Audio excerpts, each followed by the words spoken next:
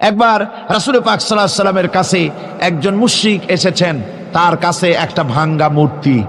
হুজুর জিজ্ঞেস করলেন, তোমার মূর্তিটা ভাঙা কেন? লোকটি বলল যে এটি হচ্ছে আমার খোদা, একে আমি সব সময় সাথে রাখি, না জানি কোন সময় কোন বিপদে পড়ি, এই জন্য সাথে রাখি বিপদ থেকে বাঁচার জন্য। পথিমধ্যে আমার প্রকৃতির ডাক এলো, পেশাব পায়খানায় যাওয়ার প্রয়োজন হলো, তো মনে করলাম এমন জায়গায় এই খোদা নিয়ে যাওয়া উচিত না। খোদাকে রাস্তার উপরে রেখে তারপরে গেলাম কাম সারতে। কাম সেরে এসে দেখি যে এইটার মাথা থেকে শুরু করে পা পর্যন্ত ভিজা। মনে করলাম খোদার শরীর ভিজা, না জানি নিশ্চয়ই কোনো পবিত্র বরকতপূর্ণ পানি হবে। তো এই বরকতপূর্ণ পানি আমি নিজে একটু টেস্ট করলাম, জিহ্বা দিয়া চাটলাম, খাইলাম, দেখলাম যে কেমন কেমন গন্ধ আসে, আর কি একটা টক টক জাতীয় বিশ্রী রকমের। তো মনে করলাম পবিত্র পানি এরকমের গন্ধ হবে কেন? এদিক ওদিক তাকালাম, তাকিয়ে দেখি দূরে একটা কুকুর দাঁড়ানো, তার নিচের থেকে পানি টপকাচ্ছে।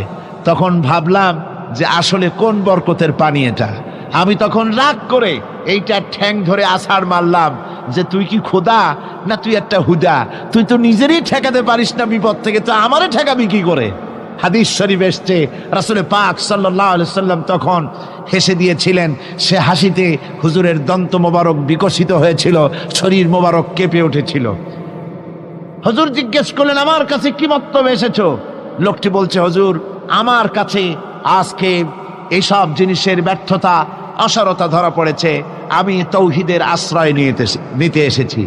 আল্লাহর নবী বললেন, পড়ো লা ইলাহা ইল্লাল্লাহু মুহাম্মাদুর রাসূলুল্লাহ। মুমিন ব্যক্তি আত্মমর্যাদার সৃষ্টি হয় তার কলিজার মধ্যে, আত্মসম্ভ্রম, আত্মসম্মান। সে কারো কাছে মাথা নত করবে না, তার কারণ সে জানে আমি যার গোলাম তিনি হচ্ছেন সকল ক্ষমতার উৎস। সকল ক্ষমতার উৎস কে? চিল্লায় বলতে হবে, সকল ক্ষমতার উৎস কে? কিন্তু আমার দেশের পার্লামেন্ট, আমার দেশের সংসদ, এই সংসদে নেতা নেত্রীরা সেখানে বসে বলেন সকল ক্ষমতার উৎস, সকল শক্তির উৎস জনগণ। বলেন এরকম, সকল ক্ষমতার উৎস জনগণ। এই ধরনের কথা বলা শিরক, বিশ্বাস করাও শিরক। জনগণের ক্ষমতা কোথায়? জনগণ শুধু ভোটের ক্ষমতা রাখে, ক্ষমতা দেওয়ার মালিক আর ক্ষমতা ছিনায় নেওয়ার মালিক জোরে বলেন কে? জনগণই যদি ক্ষমতার মালিক হয় তাহলে 9 বছরের রাজার 10 বছরের সাজা হয় কেমনে? জনগণ ক্ষমতার মালিক নয়, এটি একটি মিথ্যে কথা। এই কথাটি শিরক, কোন মুসলমানের কথা বিশ্বাস করা উচিত নয়। কথা বুঝতে পেরেছেন? কোন মুসলমানের বিশ্বাস করা উচিত নয়।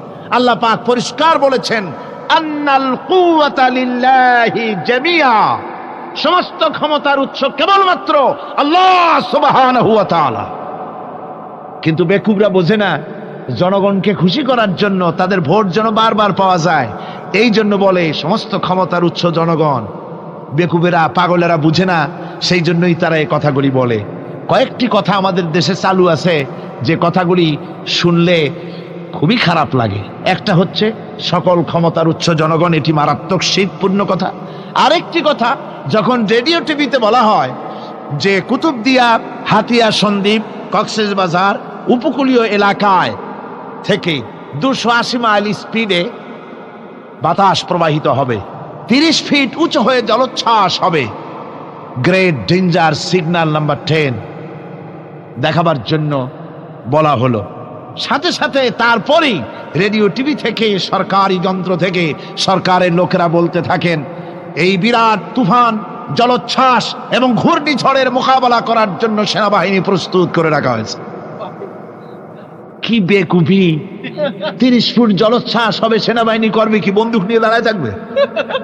মোকাবেলা করবা, প্রচন্ড বাতাসের মোকাবেলা করবা তুমি সলিমুদ্দি। হ্যাঁ, বরং বলা যেতে পারে ঘূর্ণিঝড় এবং জলোচ্ছ্বাসের পরে যে দুর্যোগ সৃষ্টি হবে তড়িৎ গতিতে, আমরা সেই দুর্যোগকে মানুষকে ঠেকাবার জন্য আমরা প্রাণ চেষ্টা চালাবো, আমাদের সব মেশিনারি সেজন্য প্রস্তুত আছে, এটা বলা যেতে পারে। কিন্তু ঝড়ের মোকাবেলা করব, মারাত্মক কথা, মারাত্মক কথা। আবার আরেকটি কথা খুবই মারাত্মক, এগুলো পত্র পত্রিকায় দেখি, অমুক দলের অমুক নেতা হসপিটালে মৃত্যুর সঙ্গে পাঞ্জা লড়তেছে। আজীব তামাশা। মৃত্যু কি তোমার মাইকেল টাইসন? মৃত্যু কি তোমার মোহাম্মদ আলী ক্লে যে পাঞ্জা লড়বা? মৃত্যুর সাথে পাঞ্জা লড়তে পারে এমন ক্ষমতা পৃথিবীর কেউ আছে? সুতরাং এগুলো জাহালাতের কথা, মূর্খতার কথা। মৃত্যু যন্ত্রণায় ভুগছে এটা বলা যায়, মৃত্যু যন্ত্রণায় কষ্ট পাচ্ছে বলা যায়, মৃত্যুর সাথে পাঞ্জা লড়ছে, সলিমুদ্দিন সাহস তো কম না। আমার ভাইয়েরা, সুতরাং সমস্ত ক্ষমতার উৎস কেবলমাত্র আল্লাহ সুবহানাহু ওয়া তাআলা। যাকে খুশি ক্ষমতায় দেন, যাকে খুশি ক্ষমতা থেকে নামায় দেন। এত বড় প্রচন্ড ক্ষমতার মালিক তিনি। রাতকে দিন বানান, দিনকে রাত বানিয়ে দেন, সাগরকে নগর করেন, নগরকে সাগরে পরিণত করে দেন, আমিরকে ফকির করেন, ফকিরকে আমির বানায় দেন, রাস্তার মানুষ ধরে নিয়ে, অপরিচিত লোক একজন ধরে নিয়ে রাষ্ট্রের মালিক বানায় দেন, প্রেসিডেন্ট বানায় দেন। আবার সম্মানের ফুলের মালা দিয়া গলা থেকে শুরু করে পা পর্যন্ত ফুলের মালা দিয়া ভরে দেন। নাফরমানি যখন বাড়তে থাকে, এত বড় ক্ষমতার মালিক আমার আল্লাহ রব্বুল আলামিন ফুলের মালাগুলি বাদ দিয়ে ফুলের মালার পরিবর্তে জুতার মালা গলায় পরাইয়া ফাঁসির মঞ্চে ঝুলাইয়া দেন। পারেন কিনা? প্রচন্ড ক্ষমতার মালিক তিনি। তিনি যদি কারো কারো ক্ষমতা ছিনিয়ে নিবেন, এটা যদি সিদ্ধান্ত হয়, পৃথিবীর মানুষ তাকে ক্ষমতার উপরে রাখতে পারে? আর আল্লাহ যদি কাউকে ক্ষমতা দিতে চান, সেই ক্ষমতা থেকে তাকে মাহরুম কেউ করতে পারে? পারেন। সমস্ত ক্ষমতার একমাত্র মালিক হচ্ছেন কে? আল্লাহ সুবহানাহু ওয়া তাআলা। মানুষেরা বোঝে না, তাই আত্মম্ভরিতা ক্ষমতার মোহে কি করবে দিশা করতে পারে না। এই জন্য যারা মুমিন হবে তাদের এই চিন্তা মনের মধ্যে থাকবে, আত্মমর্যাদা আসবে, কারো সামনে হাত পাতবে না, হাত পাতবে তো আল্লাহ সুবহানাহু ওয়া তাআলার কাছে, কাউকে ভয়ও করবে না। আত্মমর্যাদার কারণে সে তার রিজিক সম্পর্কেও নৃশংস হয়ে যাবে, অর্থাৎ রিস্ক সম্পর্কেও তার পরোয়া থাকবে না, যে হক কথা যদি বলি তাহলে যদি আমার চাকরি না থাকে। আছেন এরকম লোক? হক কথা যদি বলি, চাকরি যদি না থাকে, দাওয়াত যদি আর না হয়, গুলি খেয়ে যদি মরি, এই চিন্তাও মুমিনের লোকের মধ্যে থাকে না, যেহেতু তার আত্মমর্যাদা এসেছে। রিস্কের মালিক মসজিদের মুতাল্লি নয়। অনেক ইমাম আছে মসজিদে, হক কথা বলতে সাহস পায় না। আছে না? চট্টগ্রামে না থাকতে পারে, বিভিন্ন জেলায় আছে, হক কথা বলার সাহস পায় না। মনে করে রিস্কের মালিক মুতাল্লি অথবা সেক্রেটারি। আর দুর্ভাগ্যজনক সত্য, বাংলাদেশের অধিকাংশ মসজিদের মুতাল্লি আর সেক্রেটারি এমন লোক যারা ধর্মনিরপেক্ষতাবাদে বিশ্বাসী, যারা ইসলামের রাজনীতিতে বিশ্বাস করে না। এ ধরনের বহু লোক মসজিদের সেক্রেটারি, মেম্বার, মুতাল্লি হয়ে বসে আছে, আর মসজিদের ইমামদেরকে হক কথা বলতে দেয় না। আছে না? ইমাম সাহেবরা, আমি কিন্তু পাইকারি কথা বলছি না, আলহামদুলিল্লাহ যোগ্যতা সম্পন্ন ইমাম আছেন যারা কথা বলেন। আবার কিছু লোক আছে যারা ভয় পান, আমি তাদের উদ্দেশ্যে বলছি, কোরআনে কারীম বলছে রিস্কের মালিক হচ্ছেন আল্লাহ সুবহানাহু ওয়া তাআলা। তোমার রিস্কের পরোয়াটা কিসের? ইন্নাল্লাহা হুয়ার রাজ্জাকু যুল কুওয়াতিল মাতিন। রিস্কের মালিক তো আল্লাহ পাক, তার হাতেই সমস্ত রিস্ক। রিস্ক কার হাতে? বাংলাদেশ পৃথিবীর দ্বিতীয় বৃহত্তম মুসলিম দেশ। এই দেশে বসে মসজিদে কথা বলতে ভয় পায়, মুসলমানেরা মসজিদে বসে কথা বলতে ভয় পায়। কিন্তু ভারতের দিকে তাকান, ভারতের দিল্লির জুমা মসজিদের ইমাম আব্দুল্লাহ বুখারী, লোকটার জন্য দোয়া এসেই যায় দিল থেকে। যখন কলকাতার হাইকোর্টে কোরআনে কারীমকে ব্যান করে দেওয়ার জন্য মামলা দায়ের করা হলো, দিল্লির জুমা মসজিদের ইমাম বক্তৃতা করলেন। সেই বক্তৃতার ক্যাসেট আমার কাছে পৌঁছানো হয়েছিল। আমি বক্তৃতা যখন শুনছিলাম আমার মনে হচ্ছিল যেন তার মুখ থেকে আগুন বর্ষণ হচ্ছে। তিনি বলতেছিলেন যে এই ভারতকে আমরা সাজায়েছি, এ ভারতকে আমরা পাতা পল্লব দিয়ে, শাখা প্রশাখা দিয়ে, ফুল দিয়ে, ফল দিয়ে গোটা ভারত 850 বছর বসে আমরা সাজিয়েছি। এ ভারতের কুতুব মিনার আমার, এ ভারতের তাজমহল, শীষমহল, এ ভারতের দেওয়ানি আম, দেওয়ানি খাস, এ ভারতের যা কিছু দেখার, যা কিছু সৌন্দর্য সব মুসলমানেরা করেছে। সেই মুসলমানদের কলিজা, সেই মুসলমানদের রূহ, গোটা পৃথিবীর মুসলমানদের মগজ, পৃথিবীর শ্রেষ্ঠ নেয়ামত আল্লাহ রাব্বুল আলামিনের আখেরি কালাম কোরআনের বিরুদ্ধে কেস হয়েছে। আব্দুল্লাহ বুখারী বলছেন, এই কোরআনের বিরুদ্ধে কোরআন ব্যান করার মতো রায় যদি ভারতের কোন জজ মুখ দিয়ে উচ্চারণ করে কোরআন ব্যান করা হলো, তিনি বলছেন আমি ভারতের জুমা মসজিদের ইমাম শুধু নই, ভারতের 20 কোটি মুসলমানের ইমাম আমি। তিনি বলছেন যদি কোরআনে কারীমকে ব্যান করার রায় ঘোষণা করবে যে জজ, সে জজকে আমি পায়ের নিচে তলায় ধরে বাম হাত দিয়ে তার জিহ্বাটা টেনে ছিঁড়ে ফেলে দেব। আমার দেশে ভারতের মসজিদের ভেতরে ইমামরা যে কথা বলতে সাহস পায়, আমার দেশের মসজিদের অনেক ইমাম আগে যারা একটু সাহস পেত, এখন আবার অনেকের মধ্যে কোন কোন জেলায়, চিটাগংয়ে না কিন্তু কোন কোন জেলায় সাহস একটু কমে গেছে। তার কারণ কিছু বেয়াদব রাজনীতিক তারা বলেছে মসজিদের মধ্যে রাজনীতি করতে দেওয়া হবে না। ওরা হচ্ছে বেয়াদব। জোরে বলেন ওরা কি? আরো জোরে বলেন ওই সব রাজনীতিবিদরা কি? তার কারণ হচ্ছে মসজিদে কি বলা হবে আর কি বলা হবে না তোমার মতো বেয়াদব রাজনীতিবিদের কাছ থেকে তাকেও জিজ্ঞেস করবে না। এ ফয়সালা হয়েছে 1400 বছর আগে। মসজিদে কি বলতে হবে আর না হবে তা শিক্ষা দিয়েছেন জনাবে মুহাম্মদ রাসূলুল্লাহ সাল্লাল্লাহু আলাইহি ওয়াসাল্লাম।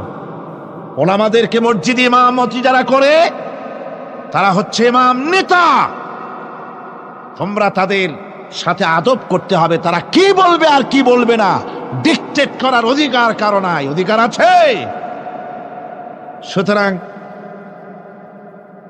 আলিমদেরকে, মুমিনদেরকে, যারা নাকি কালেমা পড়ে মুসলমান হয়, তাদের সকলের এই সাহস মনের মধ্যে আসা দরকার, ব্যক্তিত্ব আসা দরকার। কারো পরোয়া নাই, পরোয়া করব শুধুমাত্র আল্লাহর। রিস্কের মালিক তিনি। আল্লাহ রাব্বুল আলামিন বলেছেন, ওয়ামা মিন দাব্বাতিন ফিল আরদি ইল্লা আলাল্লাহি রিজকুহা। এই পৃথিবীর বুকে এমন কোন বিচরণশীল জীব নাই যে জীবের রিস্কের দায়িত্ব আমি আল্লাহ আমার নিজ হাতে গ্রহণ করি নাই। সব জীবের রিস্কের চাবি আমার হাতে। কার হাতে? তাহলে ভয়টা কিসের? আপনার একটা পেট, তাই নিয়ে এত চিন্তা। অথচ এই পৃথিবীতে আল্লাহ পাক বলেন অসংখ্য প্রাণী আছে যাদের কোনো সঞ্চয় নাই। শকুনের মরা গরু অনেকগুলি ব্যাংকে জমা আছে নাকি? কবে কোথায় একটা মরা গরু পাইছে আর খোঁজ নাই, খবর নাই। ওগুলা কি না খাইয়া মরতে দেখছেন রাস্তায় পথে ঘাটে? সুবহানাল্লাহ বিহামদিহি। অসংখ্য প্রাণী এভাবে দুনিয়া আছে। আল্লাহ রাব্বুল আলামিন বলেন যাদের কোনো সঞ্চয় নাই, যারা কোনো সঞ্চয় করে না, এ ধরনের সাপগুলি, শিয়ালগুলি, বাঘগুলি, পাখিগুলি, জলচর প্রাণী, স্থলচর প্রাণী আর অন্তরিক্ষে মহাশূন্যে উড়ে বেড়ায় যে সব প্রাণী, এ ধরনের শত সহস্র কোটি কোটি প্রাণী, তারা সকাল বেলায় খালি পেট নিয়ে বেরিয়ে যায়। খালি পেট নিয়ে সকাল বেলায় বেরিয়ে গেল, আবার সন্ধ্যায় যখন বাসায় ফেরে সমস্ত প্রাণীগুলির পেট আল্লাহ রব্বুল আলামিন ভরে দেন। সুবহানাল্লাহ। একটা প্রাণীও খালি পেটে বাড়ি ফেরে না। সুবহানাল্লাহ, সুবহানাল্লাহ। অথচ তাদের কিন্তু জন্ম নিয়ন্ত্রণের ব্যবস্থাও নাই। জঙ্গলে যত প্রাণী আছে তারা কি কোনোদিন মিছিল করে এসে বলেছে বাংলাদেশ সরকার আমাদের জঙ্গলের মধ্যে কোনো খোঁজ খবর তো আপনারা রাখেন না, এখানে বাচ্চা কাচ্চা বেশি হইতেছে আর খাওয়াইতে পারি না, এবার কিছু পরিবার পরিকল্পনার ওষুধপত্র পাঠান? কোনোদিন বলেছে? বলে নাই, বলবেও না। কে খাওয়ায়? আল্লাহ পাক খাওয়া, আল্লাহ পাক খাওয়া। সুতরাং আল্লাহ রাব্বুল আলামিন রিজকের মালিক, একথা বিশ্বাস করতে হবে। সেই বিশ্বাসের অর্থ এই নয় যে আপনি চুপ করে বসে থাকবেন আর ফেরেশতারা রান্না করে আপনারে রূপচাঁদা মাছ খাওয়াই দিয়ে যাবে, এরকম না। বিশ্বাস করতে হবে, কাজ করতে হবে, এর ফলে আল্লাহ রাব্বুল আলামিন রিজকের ব্যবস্থা করবেন। ঈমান আনার পর প্রথম যে কোয়ালিটিটা হবে সেই কোয়ালিটি হচ্ছে পার্সোনালিটি, আত্মসম্ভ্রম, আত্মমর্যাদা। দুনিয়ায় কারো সামনে মাথা সে নত করবে না, মাথা নত করবে কেবলমাত্র আল্লাহর কাছে। সে বিশ্বাস করবে খাইরিহি ওয়া শাররিহি মিনাল্লাহি তাআলা, ভালো মন্দ সব কার কাছ থেকে হয়? আল্লাহর কাছ থেকে হয়। সে কিছুতেই বিশ্বাস করবে না যে কোনো মাজারের কাছে গেলে, কবরের কাছে গেলে আমার তকদির পাল্টে যাবে, কোনো মোমেন তা বিশ্বাস করবে না। কথা বুঝতে পেরেছেন? ভালো করার মন্দ করার সবটা মালিক আল্লাহ সুবহানাহু ওয়া তাআলা। এরপরে 2 নম্বরের যে কোয়ালিটি সৃষ্টি হবে মুমিনের মধ্যে ঈমান আনার পর, সে গুণটা হচ্ছে সে বিনয়ী হবে। বিনয়, বিনম্রতা তার এক বৈশিষ্ট্য হবে। বিনয় এবং বিনম্রতার বৈশিষ্ট্য হবে। তার কারণ হচ্ছে ঈমান আনার পরে সে জানতে পেরেছে আল্লাহ রাব্বুল আলামিনের কর্তৃত্ব থেকে বেরিয়ে আসার ক্ষমতা কারো নাই। অহংকার করে যাব কোথায়? আস্ফালন করে যাব কোথায়? আল্লাহর রাজত্বের বাইরে, আল্লাহর ক্ষমতার বাইরে যাওয়ার ক্ষমতা তো কারোই নাই। সুতরাং অহংকার তার মধ্যে জায়গা পাবে না।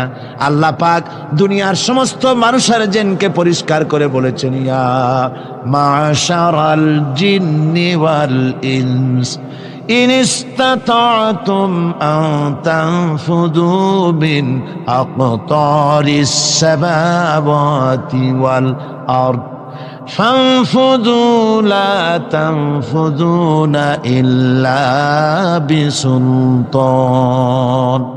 হে পৃথিবীর মানুষেরা আর জেনেরা, যদি সম্ভব হয় আমার আকাশের নিচের থেকে, জমিনের উপর থেকে বেরিয়ে যা। লা তানফু, বেরিয়ে যেতে পারবে না। আমি আকাশ এবং জমিন থেকে যদি সম্ভব করতে পারো বেরিয়ে যা। আর যদি কোনো আকাশ থাকে তার নিচে যা, আর যদি কোনো জমিন থাকে তার উপরে যাও। এমন দেশ যদি পাও যেখানে আমার আলো ছাড়া কোনো আলো আছে, আমার বাতাস ছাড়া কোনো বাতাস আছে, আমার চাঁদ সূর্য ছাড়া কোনো চাঁদ সূর্য আছে, যাও সেখানে। আল্লাহ রাব্বুল আলামিন বলেন নাই এরকম যাওয়ার কোনো উপায় নাই। আমি আল্লাহ রাব্বুল আলামিন আকাশ আর জমিন দিয়ে প্যাকেট করে রেখেছি, আটকায় রেখেছি। আমার রাজত্ব থেকে, আমার ক্ষমতা থেকে, আমার কর্তৃত্ব থেকে বেরিয়ে যাওয়ার ক্ষমতা কোনো মানুষের নাই, কোনো জিনের নাই, কোনো প্রাণীর নাই। সুবহানাল্লাহ। মানুষ হচ্ছে অহংকার কিসের হবে? তোমরা হচ্ছ ফকির। আল্লাহ পাক বলছেন ওয়াল্লাহুল গনিয়্যু ওয়া আনতুমুল ফুকারা। আল্লাহ হচ্ছেন গনি। আল্লাহ কি? গনি, বেনিয়াজ, বেপরোয়া। ফাআলুল লিমা ইউরিদ, যা খুশি তাই করে, কারো মুখাপেক্ষী তিনি নন। কোরআনে কারীমে রব্বুল আলামিন বলেছেন, নবী আপনি আমার ব্যাপারে, আমার গুণাবলীর ব্যাপারে বলুন। কুল হুয়াল্লাহু আহাদ পড়েন সবাই। قل هو الله أحد الله الصمد لم يلد ولم يولد ولم يكن له كفوا أحد। আল্লাহ পাক বলেন বান্দারে, ও আমার নবী আপনি বলুন, আল্লাহ পাক এক এবং একক, তিনি নিরঙ্কুশ, তিনি বেনিয়াস, তিনি কারো মুখাপেক্ষী নন, তিনি কাউকে জন্ম দেন নাই, তাকেও কেউ জন্ম দেয়নি। আকাশ এবং জমিনে আল্লাহর সমকক্ষ কেউ নাই। তোমরা হচ্ছ ফকির আর আমি আল্লাহ হচ্ছি বেনিয়াস। লিল্লাহি মা ফিস সামাওয়াতি ওয়া মা ফিল আরদ, আকাশে যা আছে জমিনে যা আছে সব আল্লাহ, সব কার? আল্লাহ পাকের। সুতরাং কিসের অহংকার, কিসের মাতবাড়ি? মানুষ পেছনের কথা ভুলে যায়, মোটেই চিন্তা করে না। একটু আগে যারা ক্ষমতায় ছিল আজকে তারা ক্ষমতা হারা, আজকে যারা ক্ষমতায় এলো তারা আবার ক্ষমতা মসনদে বসে দুনিয়ার সব বিপদাপদ ভুলে যায়। কি করে আরো বেশি লুটপাট করা যায়, আরো বেশি মানুষকে শোষণ করা যায়, মানুষ এই চিন্তাই করে। অহংকারে ক্ষমতার দর্পে ফেটে পড়ে, চিন্তা করে না পেছনের কথা। আল্লাহ রাব্বুল আলামিন বলেন, যারা নাকি মুমিন বান্দাদের বিনয় এবং বিনম্রতা তাদের মধ্যে সৃষ্টি হয়ে যাবে, তার কারণ হলো আল্লাহ পাক বলেছেন, ওয়ালা তামশি ফিল আরদি মারহান ইন্নাকা লান তাখরিকাল আরদা ওয়ালান তাবলুগাল জিবালা তুলাব। ওয়ালা তামশি ফিল আরদি মারহান, আমার জমিনের উপরে অহংকার করে পা ফেলো না। তুমি কি পারবে অহংকার করে আমার জমিনটাকে ফাটাই দিতে? কি বলেন, পারা যাবে? অহংকার করে জমিনের উপরে লাথি মারেন জোরে, জমিন ফাটবে? ফাটবে না, আপনার পা ছিঁড়ে যাবে।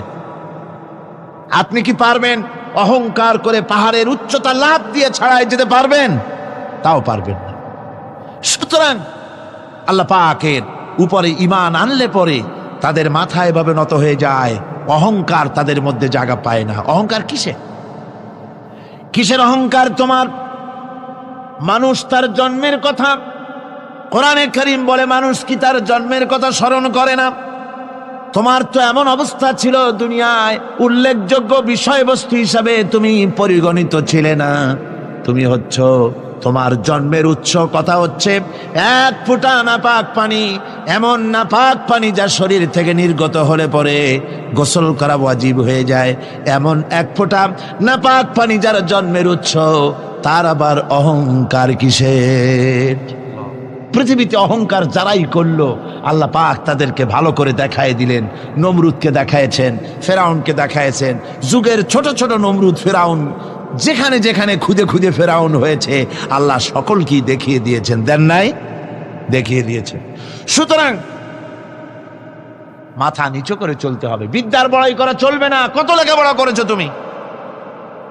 এমএ পাশ করেছো, তাতে কি হয়েছে? সবে মাত্র বর্ণবোধ পড়েছো, জ্ঞানের রাজ্যে পা ঢুকিয়েছো, এখনো কিছু শেখনি। টাইটেল পাস করেছো তো কি হয়েছে? কদ্দুর শিখেছো? নিউটনের মতো মানুষ মৃত্যুর সময় বললেন, জ্ঞান সমুদ্রের বেলাভূমিতে দাঁড়িয়ে সামান্য বালু কণা নিয়ে নাড়াচাড়া করলাম, অথই সমুদ্রের কিছুই দেখতে পারলাম না। শেখ সাদী রহমতুল্লাহ আলাইহি ইন্তেকালের সময় বলেছেন, মালুম শোধ কি হিচ মালুম না শোধ, সারা জীবন সাধনা করে বুঝিলাম ইহা যে কিছুই বুঝিলাম না। এগুলি হচ্ছে জ্ঞানীদের কথা। আর কোন রকম ইউনিভার্সিটির বারান্দা দিয়ে 3-4 দিন হাঁটছে, কয় যে সব বুঝি। কি বুঝছো?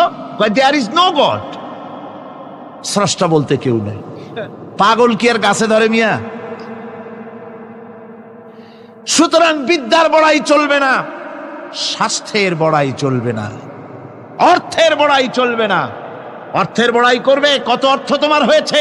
আল্লাহ যদি ইচ্ছে করেন ব্রেনের মধ্যে, মগজের মধ্যে এমন টিউমার করে দিবেন, মগজের মধ্যে এমন ক্যান্সার করে দেবেন, হার্টের ভিতরে এমন ক্যান্সার লাগায় দিবেন, 14 গোষ্ঠী বিক্রি করলে ঔষধের পয়সা হবে না।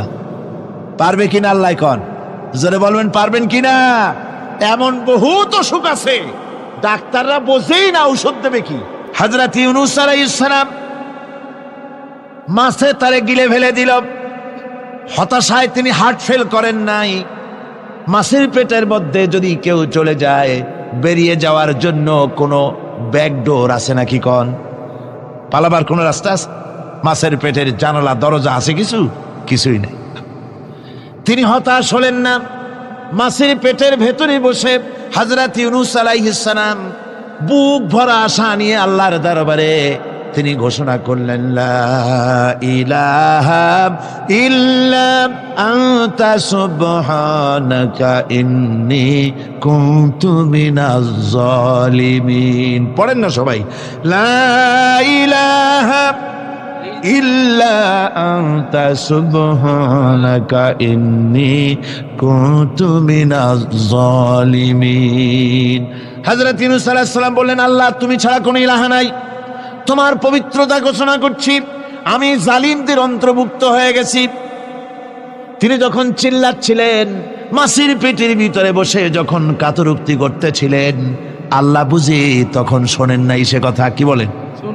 আল্লাহ বুঝি তখন তন্দ্রায় বা নিদ্রায় ছিলেন না? আল্লাহ পাক কি ঘুমান? তন্দ্রায় যান? লা তাখুযুহু সিনাতুন ওয়ালা নাওম। আল্লাহ রাব্বুল আলামিন বলেন, কোন তন্দ্রা বা নিদ্রা আল্লাহ রাব্বুল আলামিনকে স্পর্শ করে না। হযরত ইউনূস আলাইহিস সালাম যখন মাছের পেটের ভিতরে বসে চিৎকার মারলেন, আল্লাহ পাক বলেন, ইউনূস রে, তোমার ওই ডাক কেউ শোনে নাই, দুনিয়ার কোন রাজা বাদশাহ শোনে নাই, দুনিয়ার কোন বন্ধু বান্ধব তোমার শোনে নাই, কিন্তু আমি তোমার আরশের মালিক, আমি রব্বুল আলামিন শুনেছি। শুধু শুনি নাই, সঙ্গে সঙ্গে জবাব দিয়ে দিয়েছি। ফাস্তাজাবনা লাহু ওয়া নাজ্জাইনাহু মিনাল গাম্মি। পড়েন, ফাস্তাজাবনা লাহু ওয়া নাজ্জাইনাহু মিনাল গাম্মি ওয়া কাযালিকা নুনজিল মুমিনিন। আল্লাহ পাক বলেন, আমি জবাব দিলাম। মাছের পেটের ভিতরে বেদনা শুরু হয়ে গেল, মাছ আর তলদেশে শুয়ে থাকতে পারলো না, সাঁতরাতে পারলো না, মাছ ভেসে উঠল উপরে। পেটের যন্ত্রণায় মাছ কিনারায় চলে এসে বমি করে দিতে পারলে যেন বাঁচি, এই অবস্থা মাছের হলো। কিনারায় চলে এলো, বমি করে ইউনূস আলাইহিস সালামকে ফেলে দিল, মাছও বাঁচলো, ইউনূস আলাইহিস সালামও বাঁচলো। আল্লাহ রাব্বুল আলামিন বলেন, মুমিনেরা শোনো, শুধু ইউনূসকে নয়, ওয়া কাযালিকা নুনজিল মুমিনিন। এইভাবে করে মুমিন বান্দারা যদি আমাকে ডাকে, আমার কাছে যদি হাত ফায়লায়, আমি আল্লাহ রব্বুল আলামিন মুমিনদের এভাবে বিপদ মুক্ত করে দেই। আল্লাহ পাক বিপদ মুক্ত করে দেন। ওমান ইয়াত্তাকিল্লাহা ইয়াজআল লাহু মাখরাজা। আল্লাহকে যে ভয় করে, আল্লাহ তার জন্য রাস্তা খুলে দেন। জোরে কোন সুবহানাল্লাহ। দেখেন, ইউসুফ আলাইহিস সালাম, জুলাইখা তাকে আটকায় ফেলেছে ঘরের মধ্যে, তালা দেওয়া, খিল দেওয়া, সিটকানি মারা, পালাবার পথ নাই, চতুর্দিকে উলঙ্গ নগ্ন চিত্র। আর এই সুন্দরী যুবতী নারী জুলাইখা তার প্রেম নিবেদন করেছে হযরত ইউসুফের কাছে। যৌবনে ভরা টকবগে যৌবনের যুবক হযরত ইউসুফ আলাইহিস সালাম, সৌন্দর্যের পিরামিড, বাঁচার কোনো পথ নাই জুলাইখার কুপ্রবৃত্তি চরিতার্থ করে দেওয়া ছাড়া।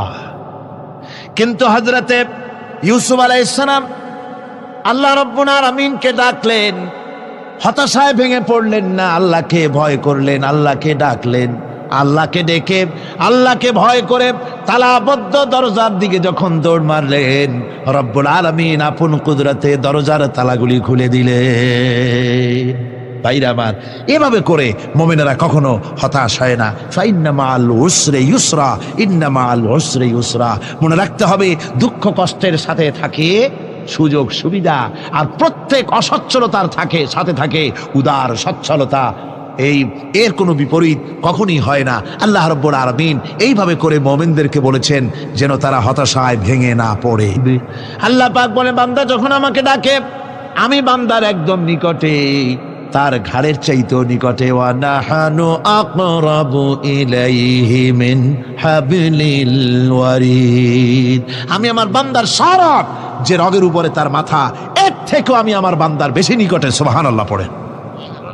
আমি তোমার কাছে, আমার কাছে মাপ চাও, যত বড় গুনাহ হোক। ওয়া ক্বালা রাব্বুকুম উদউনি আস্তাজিব লাকুম, তোমার প্রভু তোমাকে ডেকে বলেছে আমাকে ডাকো, আমি মাফ করে দেব। সুবহানাল্লাহি ওয়া বিহামদিহি, কত বড় কথা। আমাকে ডাকো, নিরাশ হয়েও না, হতাশ হয়েও না। আল্লাহর গজব বেশি না রহমত বেশি? আল্লাহর রহমত বেশি। হাদিসে কুদসির ভিতরে এসেছে, আল্লাহ পাক বলেছেন, কোন বান্দা যদি আমার দিকে এক বিগত অগ্রসর হয়, আমার রহমত তার দিকে এক হাত এগিয়ে যায়। কোন বান্দা যদি আমার দিকে হেঁটে আসে, আমার রহমত তার দিকে দৌড়ে যায়। বান্দা যখন আল্লাহর দরবারে দুহাত উঁচু করে চোখের পানি ফেলে দেয়, মুসলিম শরীফের হাদিসের ভিতরে এসেছে, গভীর রাত্রে, রাতের তৃতীয় অংশে আল্লাহ রাব্বুল আলামিন প্রথম আকাশে আসেন আর ডেকে বলেন, পৃথিবীতে আছো নাকি কেউ গুনাহ করে জীবন বরবাদ করে দিয়েছো, আমার কাছে মাপ চাও। ঋণগ্রস্ত আছো, অসুস্থ আছো, অপমানিত আছো, কে আছো মাজলুম, আমাকে ডাকো, আমার কাছে বলো, আমি ডাকের সাড়া দেব, জীবনের আশা পূরণ করে দেব। ওই সময় যেই সমস্ত লোকেরা কান্দে তাহাজ্জুদের নামাজ পড়ে, আল্লাহ জিজ্ঞেস করেন ফেরেশতারা, অমুক অমুক দেশে অমুক অমুক বান্দারা কান্দে কেন? ফেরেশতারা বলে, রব্বুল আলামিন তুমি তো ভালো করে জানো। আল্লাহ বলেন, জানি, তবুও তোমাদের মুখে শুনতে চাই। তারা বলে, রব্বুল আলামিন তোমার এই বান্দা গুনাহ করেছি, গুনার জন্য মাপ চায়, জাহান্নাম থেকে বাঁচতে চায়। আল্লাহ পাক বলেন, ফেরেশতারা আমার এই বান্দারা আমারে দেখেছে নাকি? বলে দেখে নাই। বলে আমার দোজখ দেখেছে নাকি? বলে না, তাও দেখে নাই। আমার বেহেশত দেখেছে নাকি? বলে না, তাও দেখে নাই। আল্লাহ পাক বলেন, ফেরেশতারা সাক্ষী থাকো, ওরা আমাকে দেখে নাই, আমার বেহেশত দোজখ কিছুই দেখে নাই, শুধুমাত্র আমার নবীর কথা, আমার কোরআনের কথা বিশ্বাস করে আরামের ঘুমকে হারাম করে যেভাবে তারা কাঁদতেছে, সাক্ষী থেকে যাও ফেরেশতারা, আবার রহমতের দরিয়ায় জোশ মেরেছে, আমার ওই ক্রন্দনরত বান্দাগুলিকে আমি আল্লাহ মাফ করে দিলাম। সুতরাং মোমেন বান্দা যারা, আল্লাহর মোমেন বান্দা যারা, এই ইমানের কোয়ালিটি, এটাও হতাশায় নিরাশায় ভেঙে পড়বে না। গুনাহ তো মানুষই করে, গুনাহ হয়ে গেছে, মাপ চাও। তোমার গুনাহ কদ্দূর? তোমার গুনাহ যদি হয় পাহাড় সমান, আল্লাহর রহমত আকাশ সমান। জাহান্নামের কঠিন শাস্তি থেকে বাঁচতে হলে আল্লাহর প্রতি ঈমান আনতে হবে। আর ঈমান আনলে যে কোয়ালিটিগুলি হওয়া উচিত, সেগুলি আমি আপনাদের সামনে আলোচনা করছি। এরপর আরেকটি কোয়ালিটি হবে মোমেনের, তা হলো কঠোর কঠিন বিপদে অবিচল থাকবে, বিপদে ভেঙে পড়বে না। বিপদ আপদ, শত্রুতা, ক্ষয় ক্ষতি যা কিছু হয় সবই আল্লাহর পক্ষ থেকে, এটা মেনে নিতে হবে এবং ধৈর্য ধারণ করতে হবে। বিপদ মুসিবত শুধু উম্মতের জন্য নয়, দুনিয়ার সমস্ত নবীদের বিপদ এসেছে, হয় নাই? নবীদের বিপদ আসে নাই? কোরআনে কারীম থেকে শুনুন, আল্লাহ রাব্বুল আলামিন বলেন, وَكَذَلِكَ جَعَلْنَا لِكُلِّ نَبِيٍّ عَدُوًّا مِّنَ الْمُجْرِمِينَ। আল্লাহ পাক বলেন, এমনি করে আমি সকল নবীদের শত্রু বানিয়ে দিয়েছি সব পাপিষ্ঠ আর অপরাধ প্রবণ লোকদেরকে।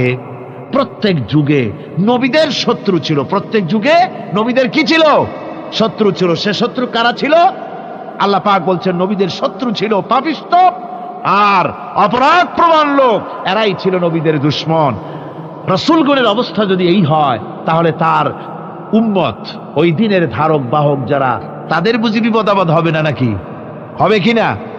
তো ইসলামের বিরোধিতা যারা করে, কোরআনের পরিভাষায় বলা হয়েছে ইসলামের দুশমন, নবীদের দুশমন।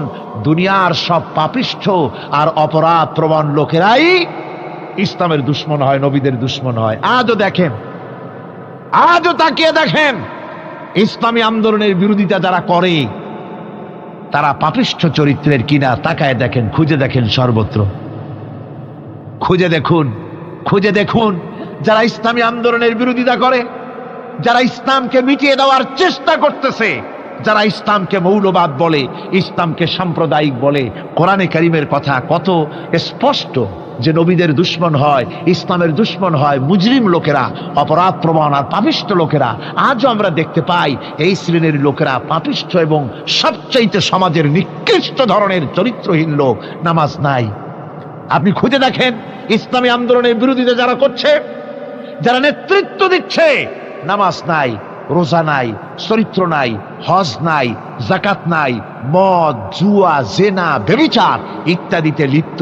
চেহারা দেখলে ছেলেপেলেরা 2 গ্লাস পানি খায় ভরস ওঠে। কথা ঠিক কিনা কর? এই হলো অবস্থা। মারে কেন?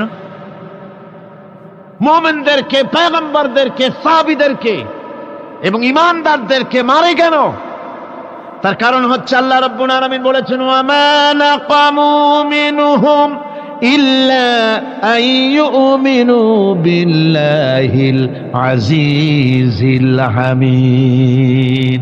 কাফিররা ঈমানদার লোকদেরকে অন্য কোন অপরাধী নির্যাতন চালায় না, নির্যাতন চালায় শুধু এই কারণে যেহেতু মুমিন লোকেরা পরাক্রমশালী, আল্লাহ রাব্বুল আলামিনের দ্বীনকে কায়েম করতে চায়, তার উপরে ঈমান এনেছে, এই কারণেই তারা মারে। ঠিক কিনা কর? যুগে যুগে নবীদের উপরে, সাহাবীদের উপরে যে অত্যাচার হয়েছে, সেই অত্যাচার এই কারণেই হয়েছে, অন্য কোনো কারণে নয়। এই কঠিন বিপদে অবিচলতা এবং ধৈর্যের দৃষ্টান্ত নবীগণ পেশ করেছেন পৃথিবীর বুকে। আমরা দেখেছি ইব্রাহিম আলাইহিস সালামকে আগুনে ফালানো হয়েছে, আছে না কোরআন শরীফে? আমি কিন্তু গল্প করতেছি না, সব কোরআনের কথা। কিসের কথা? ইব্রাহিম আলাইহিস সালামকে আগুনে ফালানো হচ্ছে। অপরাধ কি? অপরাধ হচ্ছে হযরত ইব্রাহিম আলাইহিস সালাম দাওয়াত দিয়েছেন, লা ইলাহা ইল্লাল্লাহ। জোরে পড়েন, লা ইলাহা ইল্লাল্লাহ, লা ইলাহা, লা ইলাহা ইল্লাল্লাহ মুহাম্মাদুর রাসূলুল্লাহ। হযরত ইব্রাহিম আলাইহিস সালাম দ্বীনের দাওয়াত দিয়েছেন, এক আল্লাহর দাওয়াত দিয়েছেন, ঈমানের দাওয়াত দিয়েছেন। আর কোন অপরাধ ছিল না। নমরুদ সহ্য করতে পারল না। কোরআনে কারীমের মধ্যে সব কথাগুলি আল্লাহ পাক এই জন্য বিধৃত করেছেন, এই জন্য কোরআনে কারীমের মধ্যে সব কথা উঠায় দিয়েছেন, যাতে করে মুমিনেরা বিপদ আসলে পরে যেন ঘাবড়ে না যায়। ইব্রাহিম আলাইহিস সালামকে আগুনে ফেলানো হচ্ছে। ফেরেশতা বলছে, ইব্রাহিম তোমারে আগুনে ফেলায় দাও, হতেছে আমার কাছে সাহায্য চাও, আমার কাছে ক্ষমতা আছে, আগুনগুলো উঠাইয়া নমরুদের বংশ জ্বালায় দেব। হযরত ইব্রাহিম ফেরেশতার কাছে সাহায্য চাইছিলেন নাকি? তিনি বললেন, ফেরেশতা তোমার কাছে সাহায্য কেন চাইব? আমি তো এমন কোন অন্ধ আল্লাহর ইবাদত করি না যেই অন্ধ স্রষ্টা তার গোলামের দুঃখ দুর্দশা না দেখেন। আমি তোমার কাছে সাহায্য চাইব না। হযরত ইব্রাহিম আলাইহিস সালাম পাশ করলেন। কি বলেন, পাশ করছেন না? ঈমানের পরীক্ষায় পাশ। আগুনের মধ্যে হযরত ইব্রাহিমকে যখন ফেলানো হচ্ছে, রব্বুল আলামিন আগুনের প্রতি নোটিশ করে দিলেন, ইয়া নারু কুনি বারদাও ওয়া সালামান আলা ইব্রাহিম। আগুন আমার ইব্রাহিমের জন্য শান্তিদায়ক, ঠান্ডা হয়ে যা। এখন কি আর আগুনের বাপের ক্ষমতা আছে ইব্রাহিমরে পোড়ানো? আর ক্ষমতা নাই। আমার বন্ধুগণ, ইব্রাহিম আগুনের ভিতরে আরামে বসা আছেন, আর ওদিকে নমরুদ বসে বসে দেখতেছে দূর থেকে। ইব্রাহিম তো জ্বলে না, গায়ের মধ্যে আগুন জ্বলে গেল। ডাক দিয়া কয়, আগুন তোর হলো কি? কেন জ্বালাইতে পারিস না আমার দুশ্মন রে? হলোটা কি তোর? তোর কি জ্বালানো শক্তি বন্ধ হয়ে গেল নাকি? আগুনের ভিতর থেকে জবাব এলো, নমরুদ রে, আমার ভিতরে জ্বালানো শক্তি আছে কি নাই যদি প্রমাণ করতে চাও, টেস্ট করতে চাও, তুই নিজে আয়, তোরে শুদ্ধ তামাম দুনিয়া জ্বালাই দিতে পারি, ইব্রাহিমের এক গাছা পশমও জ্বালাইতে পারি না। তার কারণ হচ্ছে আমি হচ্ছি মাখলুক, আল্লাহ হচ্ছেন খালিক। আল্লাহ আমাকে বলেছেন না জ্বালাতে, তুমি 1000 বার বললেও আমি ইব্রাহিমকে জ্বালাইতে পারবো না। কোরআনে কারিমে ঘটনা বলে মুমিনদেরকে সাহস দেওয়া হচ্ছে, মুমিনেরা দ্বীনের কাজ করতে গিয়ে বিপদ আবাজ আসবে, ইমানের দাবি হলো বিপদ আসবে, আর বিপদ আসলে ঘাবড়ায় যেও না, মুসিবতে পড়ে চিন্তায় পেরেশানে হয়রান হয়ে যেও না। বিশ্বকবি আল্লামা ইকবাল কি সুন্দর করে বলেছেন, আজ ভি হো जू इब्राहिम का इमा पैदा आग कर सकती है एक अंदाज गुलिस्तां पैदा। ইব্রাহিমের ঈমান যদি আজিও কোথাও হয় বিদ্যমান, করতে পারেন অগ্নিকুণ্ডে খুবসুরত এক গুলিস্তান। আজও যদি আগুনের ভিতরে কোন নমরুদ কোন ইব্রাহিমকে যদি ফেলে দেয়, আল্লাহ রাব্বুল আলামিন আজও আগুনকে ফুলের বাগান বানায়া দিবেন। সুবহানাল্লাহ। ভয় পাওয়ার কারণ নাই, চিন্তা করার কোনো কারণ নাই। আমার বন্ধুগণ, হযরতে হুদ আলাইহিস সালামকে যখন সমাজের লোকেরা, রাষ্ট্রের লোকেরা ঘিরে ফেলে দিল, সমাজ শক্তি, রাষ্ট্র শক্তি যখন তাকে ঘিরে ফেলে দিল, ষড়যন্ত্রের পাহাড় তুলে দিল, তারে মেরে ফেলে দিবে, হযরত হুদ দেশ থেকে তা পালায় গেলেন না, ভয় পেলেন না। হযরতে হুদ আলাইহিস সালাম বললেন, কোরআনে কারিমে হযরত হুদের কথা কোট করা হলো, ফাকিদুনি জামিআন সুম্মা লা তুনজিরুন। সম্মিলিতভাবে ষড়যন্ত্র করো আমার বিরুদ্ধে, সবাই মিলে ষড়যন্ত্র করো, সুম্মা লা তুনজিরুন, আর আমাকে এতটুকু অবকাশ তোমরা দিও না। ইন্নী তাওয়াক্কালতু আলাল্লাহি রাব্বি ওয়া রাব্বিকুম, আমি ভরসা করেছি সেই আল্লাহর উপরে যার কুদরতি হাতের ভেতরে, যিনি আমাদের রব তোমাদেরও রব, আর যার কুদরতি হাতের ভিতরে তামাম পৃথিবীর জানগুলি যার হাতে, সে আল্লাহর উপরে ভরসা করেছি। ষড়যন্ত্র যদ্দূর আছে করতে থাকো, আমি ষড়যন্ত্র পরোয়া করি না। সুবহানাল্লাহ পড়েন। এটাই হলো মুমিনের কোয়ালিটি। শুধু ঈমান, লা ইলাহা ইল্লাল্লাহু মুহাম্মাদুর রাসূলুল্লাহ, গরুর গোশত খাই, আর রবিউল মাস আসলে পরে ইয়া নবী সালাম আলাইকা, ইয়া রাসূল সালাম আলাইকা, তারপরে গরম গরম জিলাপি আর রসগোল্লা খাইলাম খুব বেশি করিয়া, এর নাম মুমিন নয়। মুমিন হচ্ছে তার চলায় ফেরায়, ওঠায় বসায় সাহসিকতার এক আন্দাজ তৈরি হবে সে।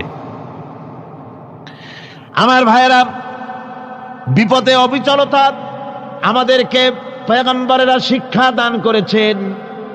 আমরা দেখতে পেয়েছি বিশ্বনবী জনাবে মুহাম্মাদুর রাসূলুল্লাহ সাল্লাল্লাহু আলাইহি ওয়াসাল্লাম হিজরতের রাত, কাফেররা চতুর্দিকে দাঁড়ানো, হযরত জিবরাইল এসে বলেন, ইয়া রাসূলুল্লাহ, হে কাফেররা চতুর্দিকে ঘিরে দাঁড়িয়েছে, গভীর রাত, এখন হাতে তাদের তরবারি, সকাল হলে পরেই তারা আপনাকে মেরে ফেলে দিবে, তাড়াতাড়ি ওঠেন, মদিনার দিকে চলে যান। আল্লাহ নবী ঘুমের থেকে জেগে হযরত আলীকে ডেকে বলেন, আলী, আল্লাহ অর্ডার করেছেন আমি মদিনায় চললাম, আমার বিছানার পরে আমার চাদর গায়ে দিয়ে শুয়ে থাকো। হযরত আলী বলেন, আল্লাহর হাবিব, আপনার চাদর গায়ে দিয়ে ঘুমিয়ে থাকবো, সকালবেলায় কাফির বেঈমানেরা আপনার বিছানার পরে আপনার চাদর গায়ে দেওয়া অবস্থায় আমি আলীকে তারা মুহাম্মদ মনে করবে, আর আমি আলীকে নবী মনে করে তারা তাদের তরবারি দিয়া কেটে কেটে টুকরা টুকরা করে আমারে বিদায় করে দেবে দুনিয়া থেকে।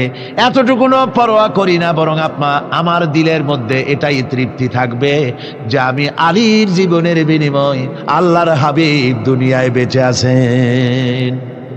নবীজি ঘরের থেকে বেরোলেন, চতুর্দিকে কাফেররা দাঁড়ানো, আল্লাহ নবী হাতে এক মুষ্টি বালু হাতে নিয়ে শাহাতেল বজু পড়ে তিনবার দম করে বালুগুলো ছেড়ে দিলেন।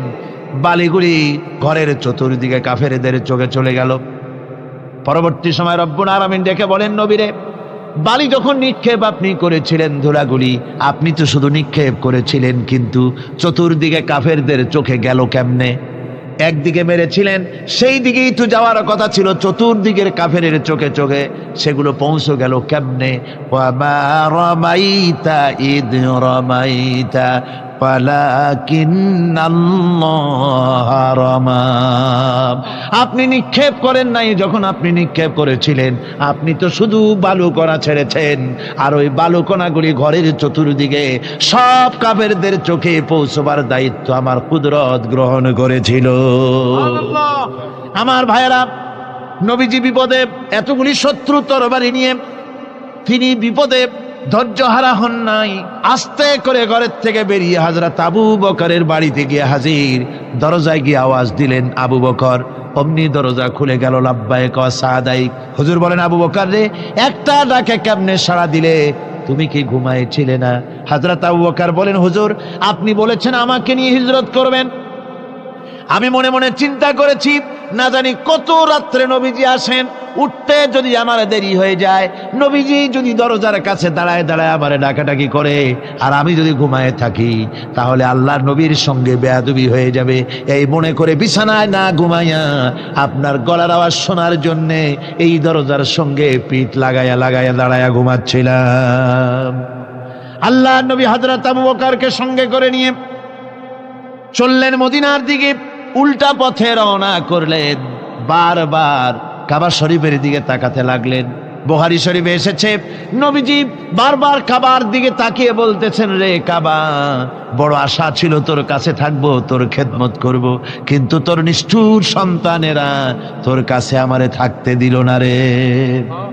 আল্লাহ নবী মিসফালা দিয়ে জাবালে কেদোয়ার উপর দিয়ে চলে গেলেন জাবালে সুরে। গুহার কাছে যখন গিয়েছেন, ফজর রক্ত হয়ে গেল। হযরত আবু বকর রাদিয়াল্লাহু তাআলা আনহু বলছেন, হুজুর আর উপায় নাই, দিন হয়ে গেল, এখন বুঝি ধরা পড়ে যাব, ওই গুহার মধ্যে গিয়ে আশ্রয় নেই। তবে আপনি দাঁড়ান, গুহার ভিতরেই পাহাড়িয়া গুহা, বিচ্ছু থাকতে পারে, সাপ থাকতে পারে, আমি আগে ঢুকি, যদি কোনো হিংস্র প্রাণী থাকে আমার উপর দিয়ে আঘাত হয়ে যাক, আল্লাহর নবী হেফাজতে থাকুন। হযরত আবু বকর রাদিয়াল্লাহু তাআলা আনহু গুহার ভিতরে নামলেন। নেমে গুহা সাফ করে হুজুরকে ডাকলেন। হুজুর তাশরীফ ফরমালেন গুহার মধ্যে। হুজুর বলেন, আবু বকর, হেঁটে হেঁটে কষ্ট হয়ে গেছে, তুমি বসো, তোমার উরুর উপরে মাথা রেখে আমি একটু ঘুমায়ে যাই। আল্লাহর হাবিব ঘুমায়ে গেলেন। হযরত আবু বকর লক্ষ্য করে দেখেন চতুর্দিকে অনেকগুলি গর্ত দেখা যায়। এই গর্ত থেকে সাপ আসতে পারে, বিচ্ছু আসতে পারে মনে করে নিজের গায়ের চাদর ছিঁড়ে ছিঁড়ে গর্তগুলি বন্ধ করা শুরু করে দিলেন। কয়েকটা গর্ত বন্ধ করার মতো চাদর আর নাই, পাও দিয়ে চেপে ধরলেন। এক পাহাড়িয়া বিষধর সাপ বেরোবার জন্য চেষ্টা করে বেরোবার পথ খুঁজে না পেয়ে হযরত আবু বকরের পায়ের উপরে দংশন করেছে।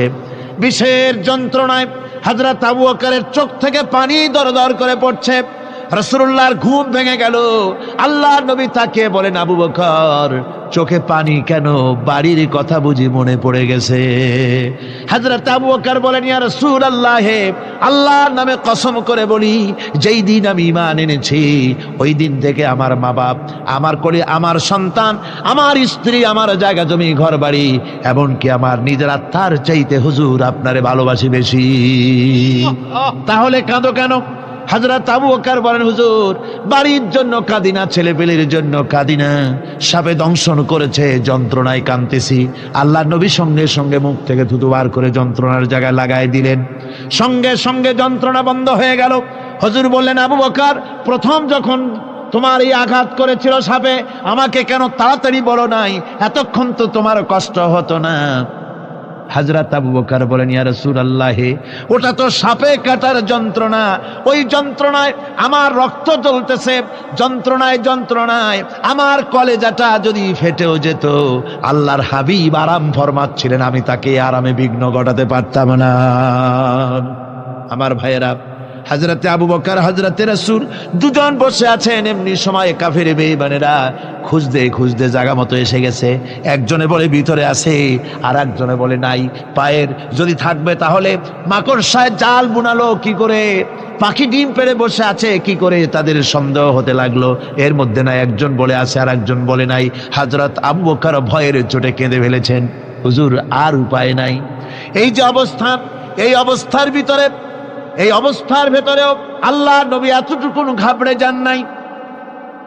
শত্রুরা তরবারি নিয়ে এসেছে, সুযোগ পেলেই একটু তাকালেই দেখতে পাবে, তুলে মেরে ফেলে দেবে। আল্লাহর হাবিব মোটেই ধৈর্য হারালেন না, এতটুকুন হতাশ হলেন না। আল্লাহ পাকের হাবিব তার সাথীকে কি বললেন? তখন কোরআনে কারীম সূরা তাওবার মধ্যে আল্লাহ তা উদ্ধৃত করেছেন মুমিনদের জন্য, ইযহুমা ফিল গার ইয ইয়াকুলু লিসাহিবিহি লা তাহজান ইন্নাল্লাহা মা'ানা। ও আমার সাথী, ও বন্ধু, ভয় করো না, চিন্তা করো না, আমরা মাইনরিটি নই, আমরাই মেজরিটি। তার কারণ আল্লাহ আমাদের সাথে আছেন। সুবহানাল্লাহ, আল্লাহ আমাদের সাথে আছে। আর বন্ধুগণ, কোরআনে কারীমে রব্বুল আলামিন বলেন, فأنزل الله سكينته عليه وأيده بجنود لم تروها। আল্লাহ পাক তার মনের মধ্যে গভীর প্রশান্তি এবং স্বস্তি দান করলেন, আর এমন সৈন্য দিয়ে সাহায্য করলেন যে সৈন্যদেরকে তোমরা দেখতে পাও না। এভাবে করে রব্বুল আলামিন মুমিনদের বিপদে আপদে মুসিবতে সব সময় আল্লাহ পাক মুসলমানদেরকে সাহায্য করেছেন। জোরে বলেন সুবহানাল্লাহ। মুমিনদের সাহায্যকারী আল্লাহ। তাই ইসলামী আন্দোলনের সাথে যারা আছে, যারা কর্মী, যারা নেতা, যারা মুমিন, যারা ঈমানদার, মেঘের মতো প্রচন্ড কালো মেঘ হয়ে চতুর্দিক থেকে অন্ধকারের মতো সে এসেছে বিপদ, কোনো বিপদ না। আল্লাহ পাক সাহায্যকারী। কে সাহায্যকারী? জোরে বলেন সাহায্যকারী কে? আল্লাহ সুবহানাহু ওয়া তাআলা, তিনি সাহায্যকারী। ভয় নাই। আল্লাহ পাকের উপর ঈমান আনলে পরে কলিজার ভিতরে দুর্জয় সাহসের সৃষ্টি হয়ে যায়, কোনো ভয় অন্তঃকরণে তার থাকে না। আল্লাহ পাক সাহায্য করেন। আর আল্লাহর উপরে ঈমান আনলে পরে রব্বুল আলামিন বলেছেন, ইয়া আইয়ুহাল্লাযীনা আমানু হাল আদুল্লুকুম আলা তিজারাতিন তুনজিকুম মিন আযাবিন আলীম। এমন একটা ব্যবসার কথা কি বলবো না যে ব্যবসায় তোমাদেরকে জাহান্নামের আযাব থেকে বাঁচায় দেবে। তার প্রথম কাজই হলো আল্লাহর প্রতি ঈমান আনা। ঈমান আনলে পরে এই সমস্ত গুণ তৈরি হয়ে যায়। আর ঈমানে সবচাইতে উপকৃত হয় সমাজের লোকেরা, রাষ্ট্রের লোকেরা, পরিবারের লোকেরা, দেশের মানুষ উপকৃত হয় মুমিনদের দিয়ে ঈমানের কারণে। তার কারণ হলো একজন মুমিন, একজন ব্যক্তি যখন ঈমানদার হয়, মুমিন হয়ে যায়, আল্লাহর প্রতি যখন প্রগাঢ় বিশ্বাস তার এসে যায়, তখন সেই ব্যক্তি নৈতিকতার মান তার বেড়ে যায়। জোরে বলেন সুবহানাল্লাহ। নৈতিক চরিত্রের উপরে সে প্রতিষ্ঠিত হয়, সে মিথ্যা বলতে সাহস পায় না। মুমিন ব্যক্তি মিথ্যা বলতে সাহস পায় না। কেন পায় না? মিথ্যা বলতে সাহস পায় না, ঠকাতে সাহস পায় না, ওজনে কম দিতে সাহস পায় না, শয়তানি বদমাশি করতে সাহস পায় না। তার কারণ হলো আল্লাহ পাক বলে দিয়েছেন, মুমিন কোরআনের ভিতরে পড়েছে, ইয ইয়াতালাক্কাল মুতালাক্কিয়ানি আনিল ইয়ামিনি ওয়া আনিশ শিমালি কাঈদ। দুজন নিয়ন্ত্রণকারী ফেরেশতা তোমার ডানে এবং বামে বসে বসে তোমাকে নিয়ন্ত্রণ করছে। কোথায় যাও, কি করো, এই ফেরেশতারা বসে বসে সব দেখতেছে। মা ইয়ালফিযু মিন কাওলিন ইল্লা লাদাইহি রাকীবুন আতীদ। মানুষ এমন কোনো কথা বলে না যা ফেরেশতারা রেকর্ড না করে, সব রেকর্ড হয়ে যায়। তাই মুমিন ব্যক্তি দায়িত্বহীন কথা বলতে পারে না। মুমিন ব্যক্তির চরিত্র ভালো হয়ে যায়। সে যে কথা বলে বুঝে শুনে কথা বলে, সে যে ওয়াদা করে বুঝে শুনে ওয়াদা করে। যেহেতু সবকিছুর জবাব কিয়ামতে দিতে হবে। কোথায় দিতে হবে? কোথায় দিতে হবে? কিয়ামতে আল্লাহর দরবারে জবাব দিতে হবে। মহান আল্লাহ রাব্বুল আলামিন বলেছেন, ওয়ালাকাদ খালাকনাল ইনসানা ওয়া না'লামু মা তুওয়াসবিসু বিহি নাফসু। মানুষ সৃষ্টি করেছি আমি, তার অন্তঃকরণের ভিতরে ওয়াসওয়াসা কি হয় আমি জানি। এই জন্য মুমিনেরা মনের ভিতরে কোনো খারাপ কল্পনাও করতে পারে না। খারাপ কল্পনা করলেও তার হিসাব দেওয়া লাগবে আল্লাহর কাছে। কার কাছে? ওয়াইন তুবদু মিন আনফুসিকুম আও তুখফুহু ইউহাসিবুকুম বিহিল্লাহ। আল্লাহ বলেন, মনের মধ্যে যেসব কল্পনা করো তা প্রকাশ করো আর গোপন রাখো, ওইটার হিসাব নেব আমি আল্লাহ পাক। কিয়ামতের দিন আমার কাছে হিসাব দিতে হবে। বন্ধুগণ, এই জন্য মুমিন যারা, মুমিনদের চরিত্র প্রতিষ্ঠিত হয়, মুমিনদের ধারণা থাকে যেখানেই যাই না কেন, যেখানেই বসি না কেন, সেখানেই আল্লাহ, আল্লাহ ছাড়া কোনো জায়গা নাই। আছে নাকি? আছে। আল্লাহ পাক বলেন, মা ইয়াকুনু মিন নাজওয়া সালাসাতিন ইল্লা হুয়া রাবিউহুম। তোমরা যেখানে তিনজন মিলে পরামর্শ করো, মনে রেখো তিনজন নও, ওখানে চতুর্থ সত্তা আমি রব্বুল আলামিন তোমাদের কাছে আছি। সব শুনি আর দেখি। পাঁচজন যেখানে হও সেখানে আমি ষষ্ঠ।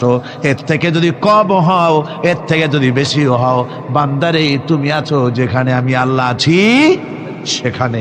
উপায় নাই, সব জায়গায় আমি দেখতে পাচ্ছি। শুধু তাই নয়, রাত্রিবেলায় মানুষেরা গোপনে পরামর্শ করে, করে না? করে কিনা? রাতে রাতে পরামর্শ করে, এক জায়গায় বসে, হলের মধ্যে, পাহাড়ের মধ্যে কোনো জায়গায় বসে পরামর্শ করে। কি পরামর্শ? ইসলামী আন্দোলনের লোকদের মারবে, কোথায় তাদের ধরবে, কোথায় তাদের অত্যাচার করবে, এই সমস্ত পরামর্শ করে। আল্লাহ পাক বলছেন, শুনুন, আল্লাহ রাব্বুল আলামিন বলেন, ওয়া হুয়া মাআহুম إذ يبيتون ما لا يرضى من القول وكان الله بما يعملون محيطا। আল্লাহ পাক বলেন, তিনি তো ঠিক সেই সময়ও তোমাদের কাছে থাকেন যখন তোমরা নিজেদের ঘরের মধ্যে বসে কোনো এক জায়গায় বসে আল্লাহর মর্জির খেলাফ পরামর্শ করো, আল্লাহ তখনও তোমাদের কাছে থাকেন।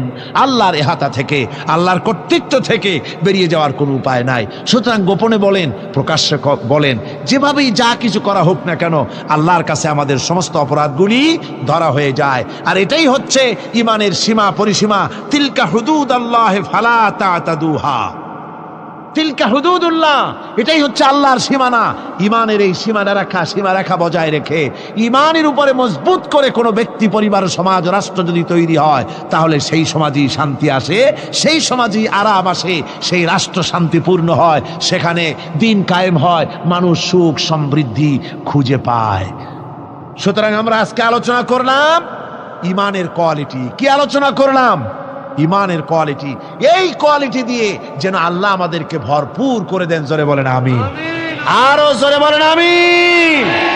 তিন বন্ধু সফর করতে করতে অনেক দূর পর্যন্ত পৌঁছে গিয়েছে, গভীর রজনী হয়ে গিয়েছে।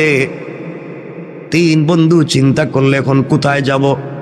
হঠাৎ করে ঝড় তুফানের কবলে পড়েছে, জিন্দেগি যায় যায়, জীবন ধ্বংস হয়ে যায়, পৃথিবী উল্টে যায়, এমন ঝড় তুফান শুরু হয়ে গিয়েছে। তিন বন্ধু বাঁচবার জন্য বহুত পথ আর পদ্ধতি খুঁজলো, কোথাও পেল না। শেষ পর্যন্ত তিন বন্ধু মিলে পাহাড়ের উপরে একটা বিশাল গর্তের ভিতরে প্রবেশ করেছে। গর্তের ভিতরে যখন প্রবেশ করেছে নিজেকে বাঁচাবার জন্য, হঠাৎ করে পাহাড়ের উপর থেকে বিশাল বড় একটা পাথর এসে তাদের গর্তের মুখটাকে বন্ধ করে দিল, রাত কাটিয়ে দিয়েছে। ঝড় তুফান থেমে গিয়েছে। তারা যখন বের হবে, পৃথিবীর সঙ্গে তাদের কানেক্টিংটা ফেল হয়ে গিয়েছে, কানেকশন হয় না। এমন গর্তে ঢুকেছে, পৃথিবীতে কি ঘটতেছে তারা বলতে পারে না, কারণ বিশাল বড় পাথর তাদের গর্তের মুখটাকে বন্ধ করে দিল। তিন বন্ধু মিলে একসাথে ধাক্কা দিতে লাগলো। প্রত্যেকটা মানুষের শরীরের লোমকূপের গোড়া থেকে ঘাম বের হয়ে গিয়েছে, কিন্তু সরিষার দানা পরিমাণ ওই পাথরটাকে নড়ানো যায় নাই। আল্লাহ রব্বুল ইজ্জতুল জালালের পরীক্ষা তাদের জন্য মুত্তাসিল হয়ে গেল। রব এইভাবে মানুষের দিলের পরীক্ষা নিয়ে থাকে। আমার বন্ধুগণ তিনজন মিলে পরামর্শ করলো, আর বাঁচা যাবে না। দীর্ঘক্ষণ চলে গেল, মরে যাবার মতো উপক্রম, পানিও নাই, খাবারও নাই, দম বন্ধ হয়ে যায়, অক্সিজেন নাই। তিন বন্ধু মিলে চোখের পানি ছেড়ে কান্না করে গভীর রজনীতে সেজদায় পড়ে গর্তের ভিতরে আল্লাহ কি ডাক দিয়ে বলেছে, আল্লাহ, জিন্দেগিতে অপরাধের শেষ নাই, এমন কোন অপরাধ করি নাই যা তোমার কাছে জানা নাই। রব, সব তো আমরা করছি, কিন্তু বিপদে পড়ে দেখছি এখন তো আমার সন্তানও আমাকে বাঁচাতে পারবে না, স্ত্রী, মা, বাবা, আত্মীয় স্বজন কেউ বাঁচাতে পারবে না।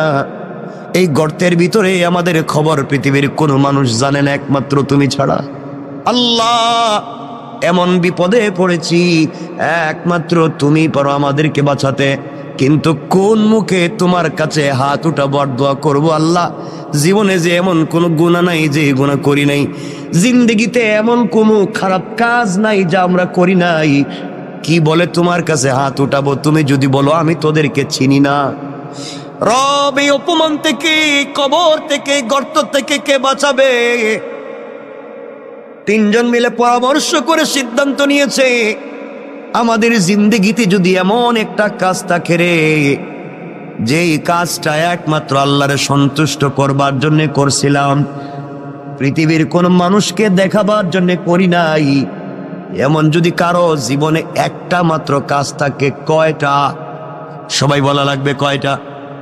এমনকি আমাদের জিন্দেগিতে যদি একটা মাত্র ভালো কাজ থাকে, যেটা একমাত্র রবকে সন্তুষ্ট করবার জন্য করেছি, আজকে ওই কাজের ওসিলা নিয়ে রবের কাছে চাইব। রব তো বলেছে সরিষার দানা পরিমাণ ভালো কাজ করলেও তিনি কল্যাণ দেন, উপকার দেন, ফিডব্যাক দেন। আজকে একটু দেখি না, আমরা তো গুনাহ করছি কিন্তু কোন জিন্দেগিতে ভালো কাজ আসেনি।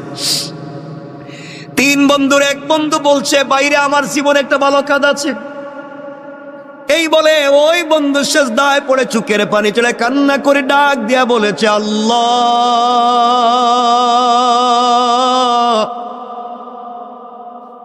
আমার জিন্দেগিতে একটা ভালো কাজের কথা আমার মনে পড়েছে। রব, আমার মন বলছে এই কাজটা একমাত্র তোমার জন্য আমি করছি, পৃথিবীর কেউ আমাকে বাধা দিতে পারবে না।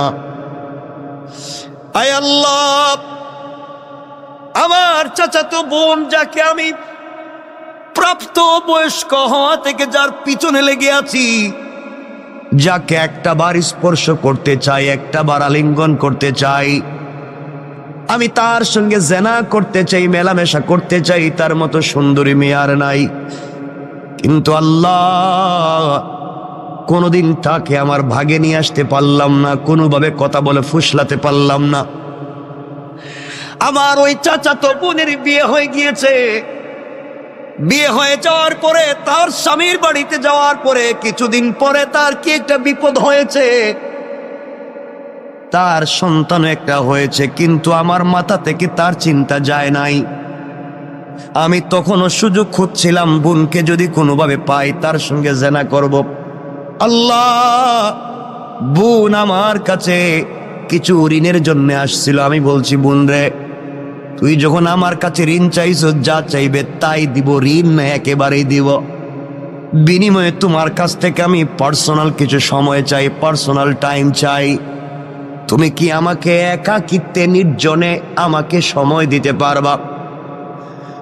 আয় আল্লাহ তাআলা, আমার বোন দেখেছে এই পৃথিবীতে এই মুহূর্তে টাকা ছাড়া তার সন্তান বাঁচবে না, তার পরিবার চলবে না।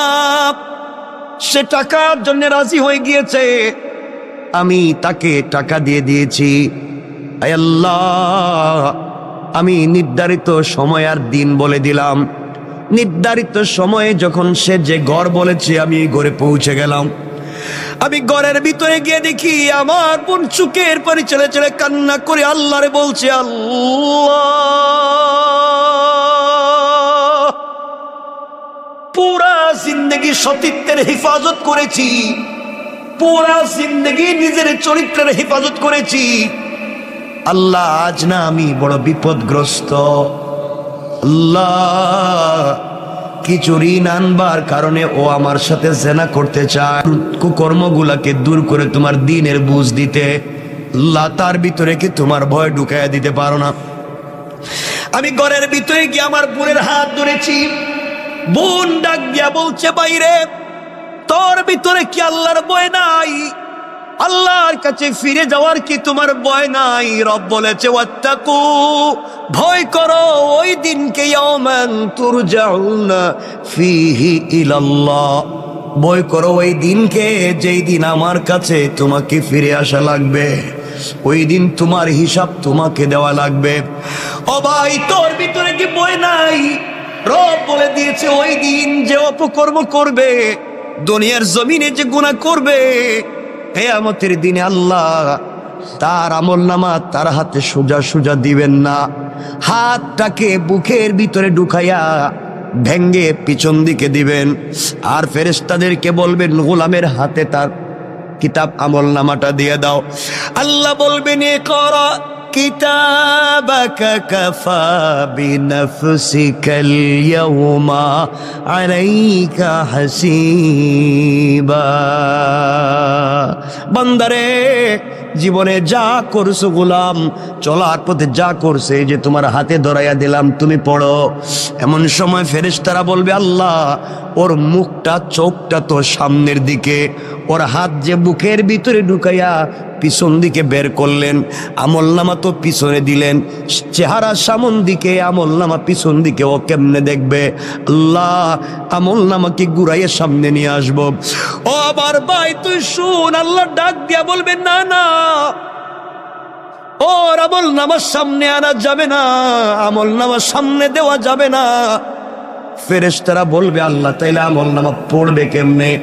আল্লাহ বলবেন শোনো ফেরেশতারা, ওর ঘাড়টারে মটকাইয়া দাও, ওর ঘাড়টারে মটকাইয়া পিছন দিকে করে দাও, চিৎকার করে যেন কানতে থাকে, চিৎকার করতে থাকে। ভাইরে তোর হাতটা বুকের ভিতরে ঢুকাইয়া পিছন দিকে বের করা হবে, এরপরে তোমার ঘাড়কে মটকাইয়া দেওয়া হবে। এরপর আল্লাহ বলবেন খুযূহু ফাগুল্লুহু সুম্মাল জাহিমা সাল্লুহু। ওরে ধরো রে, ভালো করে ধরো, আর জাহান্নামের গরম শিকল দিয়া হাত পায়ে দড়ি লাগাও, অপমানিত গোলামের ন্যায় টেনে টেনে জাহান্নামে নিয়ে যাও। কেন রে ভাই তুই এই গুনার কাজ করে আমার সঙ্গে এত অপরাধ করবি? কেন রে ভাই তুই জাহান্নামের আগুনে জ্বলবি? ভাই তোর মনে কি আল্লাহর ভয় নাই? তোমার মনে কি জাহান্নামে যাওয়ার ভয় নাই? তোমার মনে কি আল্লাহর সামনে দাঁড়াবার ভয় নাই? তুমি কেমনে আমার সঙ্গে ওই নাফরমানি করবা? আয় আল্লাহ, আমি তো গিয়েছিলাম জেনা করতে, যাকে আমার জীবন যৌবন দিয়ে স্বপ্নে দেখি, যাকে আমি স্বপ্নে লালন করি, পুরা জিন্দগি থেকে যাকে একটা মিনিট পেতে চাই, পুরা জিন্দগি ভর যাকে নিয়ে স্বপ্ন দেখছি, আমার ওই বোনকে আমার হাতের মুঠোয় পাইছি, শুধু তার হাত স্পর্শ করছি, আমি শুধু তার হাত ধরছি। ওই সময় বোন আমাকে এই ওয়াজ শোনাইয়া দিছে, আল্লাহ ওই দিন একাকিত্বে নির্জনে পৃথিবীর কোনো মানুষ নাই, একমাত্র আমার বোন আর আমি ছাড়া। ওই দিন আমি তো গিয়েছিলাম খারাপ কাজ করতে, কিন্তু বোনের 1 মিনিটের বক্তব্য শুনে তোমার ভয়ের কথা আমার ভিতরে ঢুকে গিয়েছিল। আমি আমার বোনের হাত ছেড়ে দিয়া ঘর থেকে বের হইয়া তোমাকে চিৎকার করে বলেছিলাম, আল্লাহ তোমাকে ভয় পাইছি, বোনের কথায় হাত ছেড়ে দিয়েছি, আর জেনা করব না, এই বলে ঘর থেকে বের হয়েছিলাম, আর জিন্দেগিতে বোনের দিকে চোখ তুলে তাকাই নাই।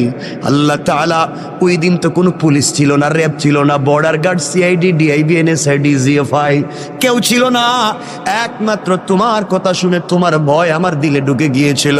তুমি বলেছো ওয়াত্তাকু ইয়াওমান তুরজাউনা ফীহি ইলাল্লাহ, আমার কাছে তো ফিরে আসা লাগবে। ওই যে ভয় ঢুকে গিয়েছিল, ভয়ের কারণে আমি হাত ছেড়ে দিয়েছি। আল্লাহ ওই দিনের কাজটা যদি একমাত্র তোমার ভয়ে, তোমার ভালোবাসায় হয়ে থাকে, আজকের মতো বিপদ থেকে বাঁচাইয়া দাও।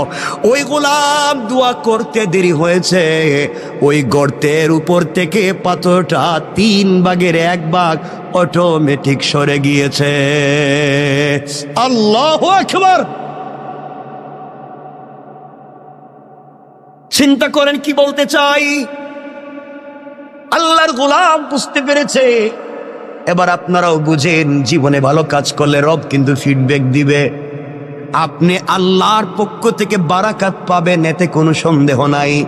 কাজটা যদি হয় নির্বেজাল আল্লাহর জন্যে, খালিস নিয়তি আল্লাহর জন্য যদি হয়, দুনিয়ায় ইজ্জতের জিন্দেগি পাবেন, আখিরাতেও রবের কাছ থেকে পুরস্কার পাবেন।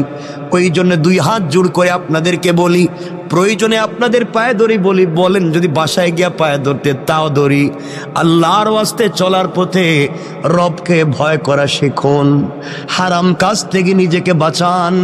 যেই সন্তান পরিবার আত্মীয় স্বজনের জন্য এত কষ্ট করি, কিয়ামতের দিন কিন্তু কেউ আমার আপনার আশেপাশে থাকবে না। সন্তান বাবার পরিচয় দিবে না, স্ত্রী স্বামীর পরিচয় দিবে না, মা বাবা সন্তানের পরিচয় দিবে না। ওই সময় একমাত্র নেক আমল তোমার আমার কল্যাণে আসবে। কথায় কথা চলে আসছে, মাঝখান দিয়া বলে দেই, যদি আপনি জিন্দেগিতে দুনিয়ার জমিনে কোরআন তিলাওয়াত করা শিখতে পারেন, কোরআন তিলাওয়াত করেন, শুধুমাত্র কোরআন তিলাওয়াত, এত ছোট্ট একটা আমলও যদি করেন, আল্লাহর রাসূল সাল্লাল্লাহু আলাইহি ওয়াসাল্লাম বলে দিয়েছে, পৃথিবীর জমিনে কেউ যদি কোরআন তেলাওয়াতকারী হয়, ওই কোরআন তেলাওয়াত তাকে জান্নাতে না পৌঁছানো পর্যন্ত আল্লাহর দরবারে সুপারিশের শাফাআত করা বন্ধ করবে না। সুবহানাল্লাহ পড়েন। কথায় কথা চলে আসছে মধ্যখানে 1 মিনিটে বলে দিই, আল্লাহরে গোলাম দুনিয়ার জমিনে আল্লাহরে গোলাম ইন্তেকাল করেছে। কবরে যাওয়ার পরে সবাই মিলে, আত্মীয় স্বজন মিলে গোসল করাইয়া, কাফন পরাইয়া, হাতে পায়ে বেড়ি দড়ি লাগাইয়া, রশ্মি দিয়া বেঁধে সাদা কাপড়ে প্যাকেটিং করে সবাই মিলে নিয়ে যায়, তাকে কবরের দিকে নিয়ে যায়। বান্দা চোখের পানি ছেড়ে ছেড়ে কান্দে আর বলে, সন্তান তোর জন্যে না ঢাকা শহরে এত সুন্দর বাড়ি বানাইলাম, তুই কেমনে আজকে বাপরে বান দিয়া তুই কই নিয়ে যাস? ও সন্তান, তোর জন্যে না এত বাপ এত কষ্ট করলাম, তুমি আমারে আজকে কোথায় নিয়ে যাও, কোন কবরে? সন্তান বলছে, হয়তো জুরাইন কবরস্থানে, আজিমপুর গুরুস্থানে, কোন জায়গায় নিয়ে যায়? সন্তান নিয়ে যায়। বাবা কাফনের ভিতর থেকে কান্দে, কেউ দুনিয়ার আওয়াজ শুনে না। ডাক দিয়া দেখে তার ভাইও তার খাটিয়ায় ধরছে। বাইরে ডাক দিয়া বলে, ভাই রে, আমার গলা না জড়াইয়া নাকি তুই ঘুমাইতি না? আমার গলা না জড়াইলে নাকি তোর ঘুম আসতো না? ছোটবেলায় 2 জন খেতে বসলে কত দুষ্টামি করছি, 2 ভাই মিলে দুনিয়ার জমিনে কত দুষ্টামি করলাম। কেমনে রে ভাই তুই আজকে আমাকে, কেমনে তুই আমাকে ভুলে গিয়া জাহান্নামের কবরের দিকে নিয়ে যাস? ভাইও কথা শুনবে না, তাকে দেখবে তার কলিজার টুকরা বন্ধু, সেও খাটিয়ায় ধরে আছে, কবরের কাছে নিয়ে বলছে, মিনহা খালাকনাকুম ওয়া ফিহা নুঈদুকুম ওয়া মিনহা নুখরিজুকুম তারাতান উখরা। সবাই ডাক দিয়ে বলতেছে, ওখান থেকেই তুমি আসছিলা, আবার তোমাকে মাটিতে ঢুকাইয়া দিতেছি, কিয়ামতের দিন কিন্তু তুমি ওখান থেকেই উঠবা।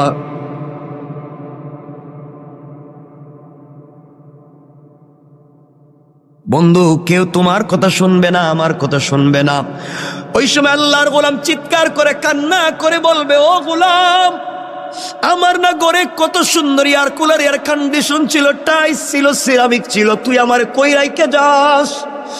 সবাই মিলে তোমাকে আমাকে কবরের ভিতরে শোয়াইয়া দিবে, মাটি উপর দিয়া দিয়া যখন সবাই চলে আসবে, আল্লাহরে গোলাম কবরের ভিতরে কাঁদতেছে। এমন সময় ফেরেশতারা এসে তাকে জিজ্ঞেস করছে, মার রব্বুকা, ও গোলাম বলো না তোমার রবকে? গোলাম তো ঠিক মতো উত্তর দিতে পারে না, কারণ দুনিয়ায় রবের পথে চলে নাই। দুনিয়ায় রব যেই পথের কথা বলছে গোলাম, ওই পথে গোলাম চলে নাই। আজ গোলামকে কবরের ভিতরে বলছে, মার রব্বুকা, গোলাম জবাব দিতে পারে না। ফেরেশতারা বলছে, ওয়ামা দীনুকা, বলো না তোমার ধর্মের নাম কি, কোন ধর্ম নিয়ে আসছো? গোলাম জবাব পায় না। গোলামকে বলা হয়েছে, বলো না, মান হাদার রাজুলু আল্লাযী বুইসা ফীকুম, ওই ব্যক্তির চিনুনি দেখো তো, যেই ব্যক্তিকে তোমাদের হিদায়াতের জন্য পাঠানো হয়েছিল। আল্লাহর রসুলের চেহারা এভাবে উঠাইয়া ধরে বলবে, দেখো তো এই লোকটারে চিনুনি? তুমি আমি যদি দুনিয়ার জমিনে রসুলের চরিত্র নিয়ে, রসুলের আদর্শ নিয়ে কবরে যাই, তাহলে ওই লোকটারে দেখাইলে আমরা চিনতে পারবো আমার রসুল।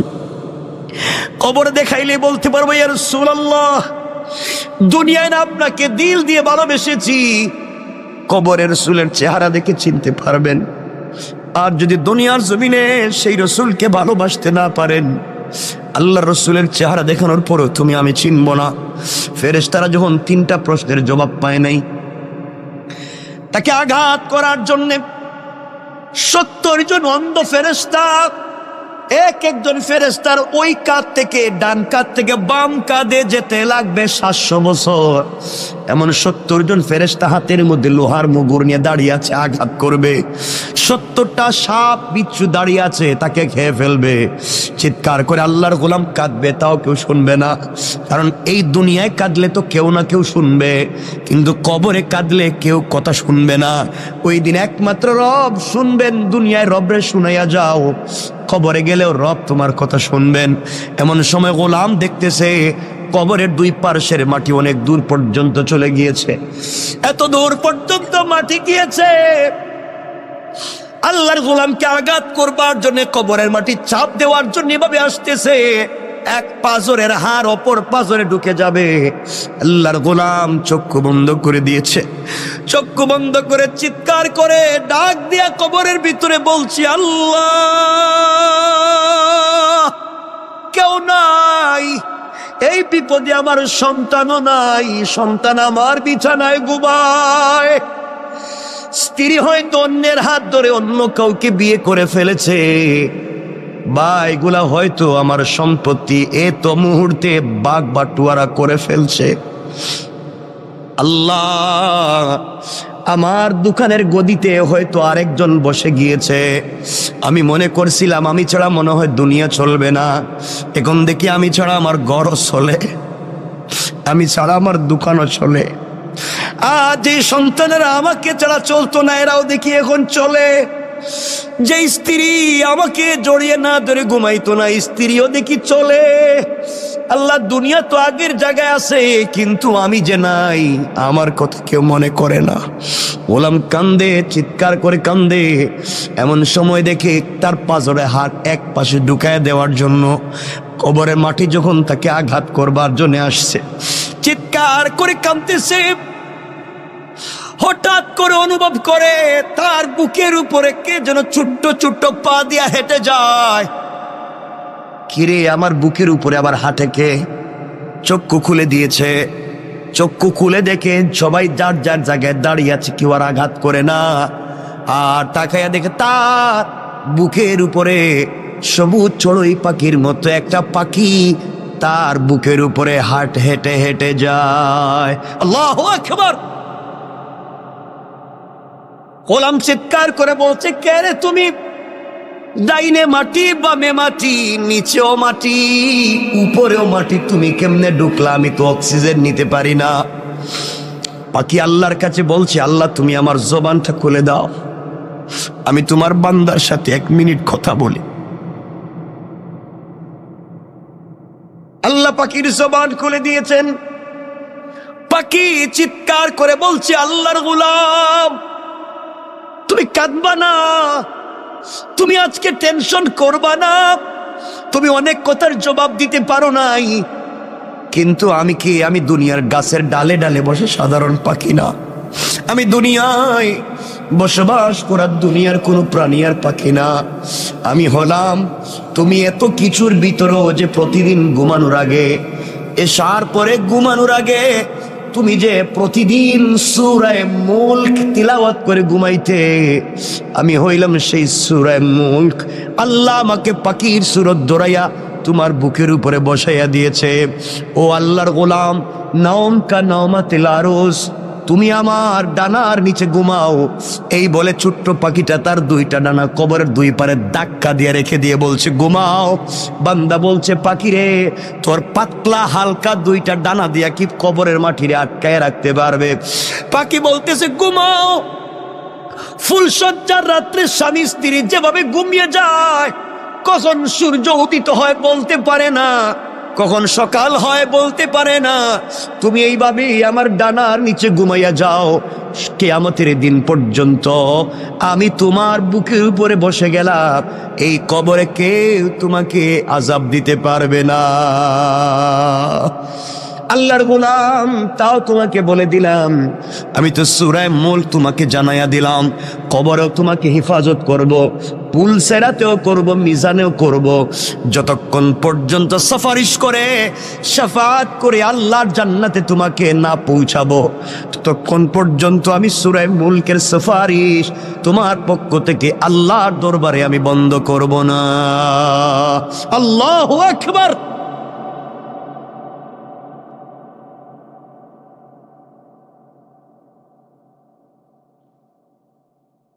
চিন্তা করেন। এই জন্য আল্লাহর গোলাম কথা লম্বা করতে চাই না, শুধু এতটুকুন বুঝাতে চাই, কার অহমিকায় পড়েছ? দুনিয়া তোমারে কেমনে এত পাগল করছে? দুনিয়া তোমার এত পাগল কেমনে করছে গোলাম? সব না সৌন্দর্য এখানেই থাকবে, তুমি তোমার বেডরুমটারে কত সুন্দর করলা, কয়েকটা দিন থাকবা, হয়তো ঘর থেকে বের হলে আর ফিরেও না আসতে পারো, কিন্তু অনন্তকাল যেই কবরে থাকবা ওই কবরকে তুমি সুন্দর করলা না। আল্লাহর গোলাম, ওই আল্লাহর গোলাম যখন কান্না করছে, কবর 3 ভাগের 1 ভাগ, গর্তের ভিতর থেকে পাথর 3 ভাগের 1 ভাগ সরে গিয়েছে। আর একজন গোলাম সেজদায় পড়ে ডাক দিয়া বলছে, আল্লাহ, আমিও তো 3 বন্ধুর একজন, আমার জীবনে কোনো নেক আমল নাই, আমার জীবনে কোনো ভালো কাজ নাই, ভালো করে জানি। জীবনে যত আকাম ছিল, কুকর্ম ছিল, এমন কোন জিনিস নাই যা করি নাই। কিন্তু আল্লাহ, আজ আমার মনে পড়ছে আমি একটা ভালো কাজ করছি।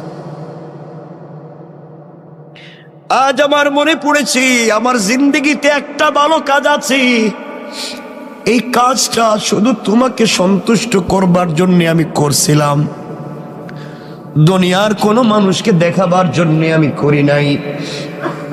আল্লাহ, আমার ঘরে একজন কর্মচারী ছিল, ওই কর্মচারী কোনো একটা কারণে তার বেতন না নিয়ে আমার কাছ থেকে চলে যায়। আমি তারে অনেক খোঁজাখুঁজি করে পাই না, কর্মচারীর বেতন দেব, খুঁজতে খুঁজতে আমি তারে পাই না, কোথায় গেল নাই নাই।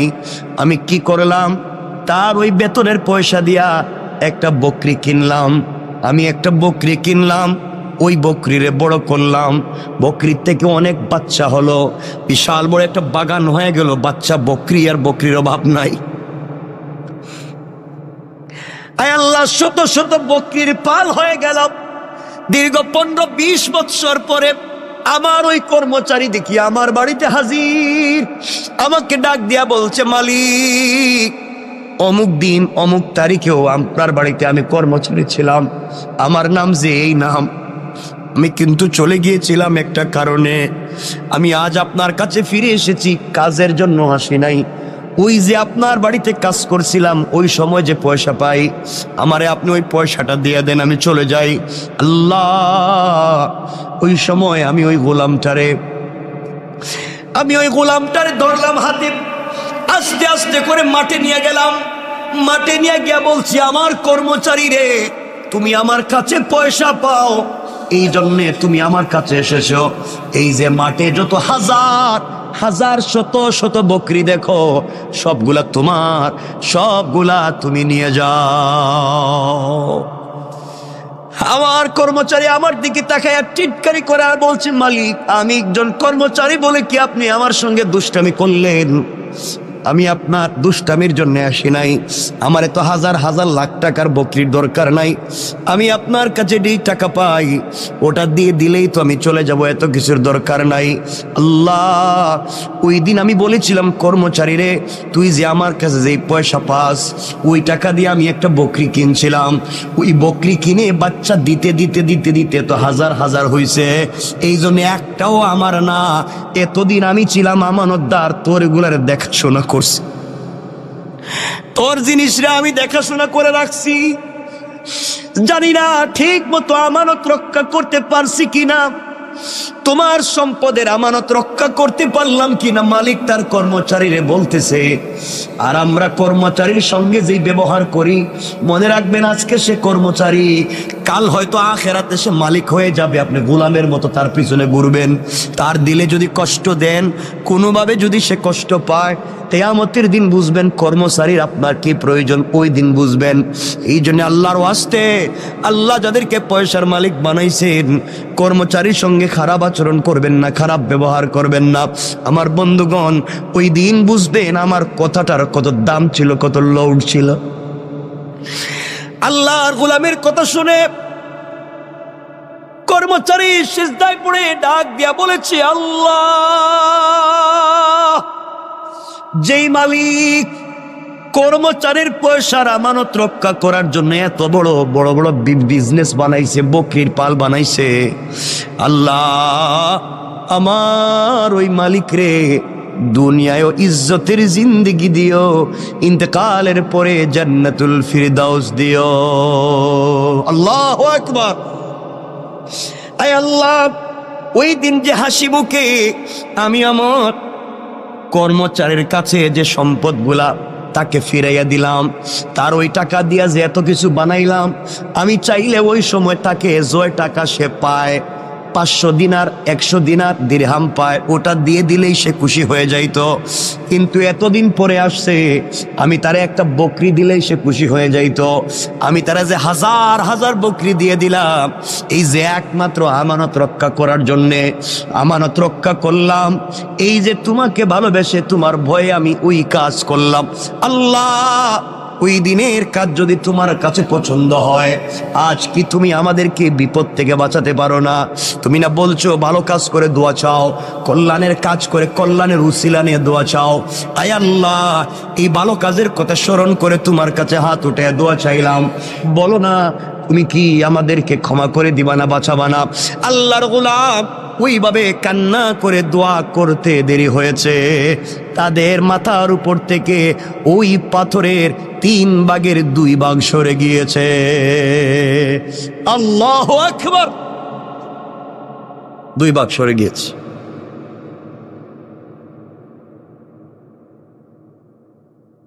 তারা অনেক ট্রাই করছে বের হওয়া যায় কিনা, দেখলো বাইরেও যায় না, ওই আরেকটা ভাগ যাইতেইব। 2 জন বন্ধু যখন আল্লাহর কাছে দোয়া করছে, আল্লাহ তাআলা তাদেরকে বাঁচাইয়া দিয়েছেন। 3 ভাগের 2 ভাগ পাথরটা গর্তের মুখ থেকে সরে গিয়েছে, আরেক ভাগ গেলেই তারা বাইর হইতে পারে। এখন তো 2 জন দোয়া করছে, এখন আরেকজন চিন্তা করছে আমার জীবনে তো কোনো ভালো কাজ নাই, আমি তো বইলে কিন্তু লাভ হবে না।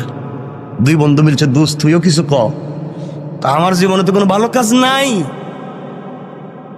জানি আমি তো তোদের চাইতেও খারাপ। না, মনে কর তোর কোনো ভালো কাজ আসেনি জীবনে, মনে করে দেখ, থাকলে একটু ক আল্লাহরে, আজকে বাস্তবতে নিলে মরা ছাড়া পথ নাই। এমন সময় গোলাম বলতেছে, ভাই আমারও তো একটা ভালো কাজের কথা মনে পড়ছে। সুবহানাল্লাহ বললেন, জোরে আওয়াজ করে পড়েন না সুবহান। আমার একটা ভালো কাজের কথা মনে পড়ছে, বল না তোর ভালো কাজটা কি? এই সময় 3 নম্বর বন্ধু চোখের পানি ছেড়ে ডাক দিয়া বলতেছে, আল্লাহ,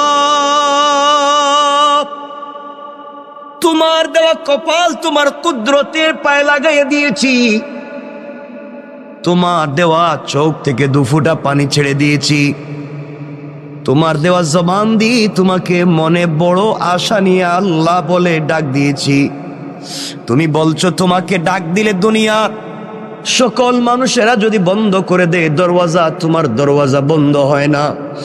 আল্লাহ, তুমি বলেছ কোন মানুষ যদি অপরাধ করে, সন্তান যদি অপরাধ করে, মা বাবা হয়তো সন্তানকে ঘর থেকে তাড়াইয়া দেয়।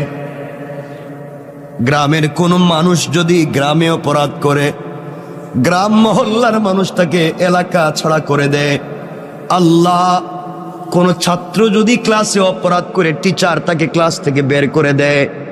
কোন মুরিদ যদি পীরের সঙ্গে অপরাধ করে, পীর তাকে খানকা থেকে বের করে দেয়।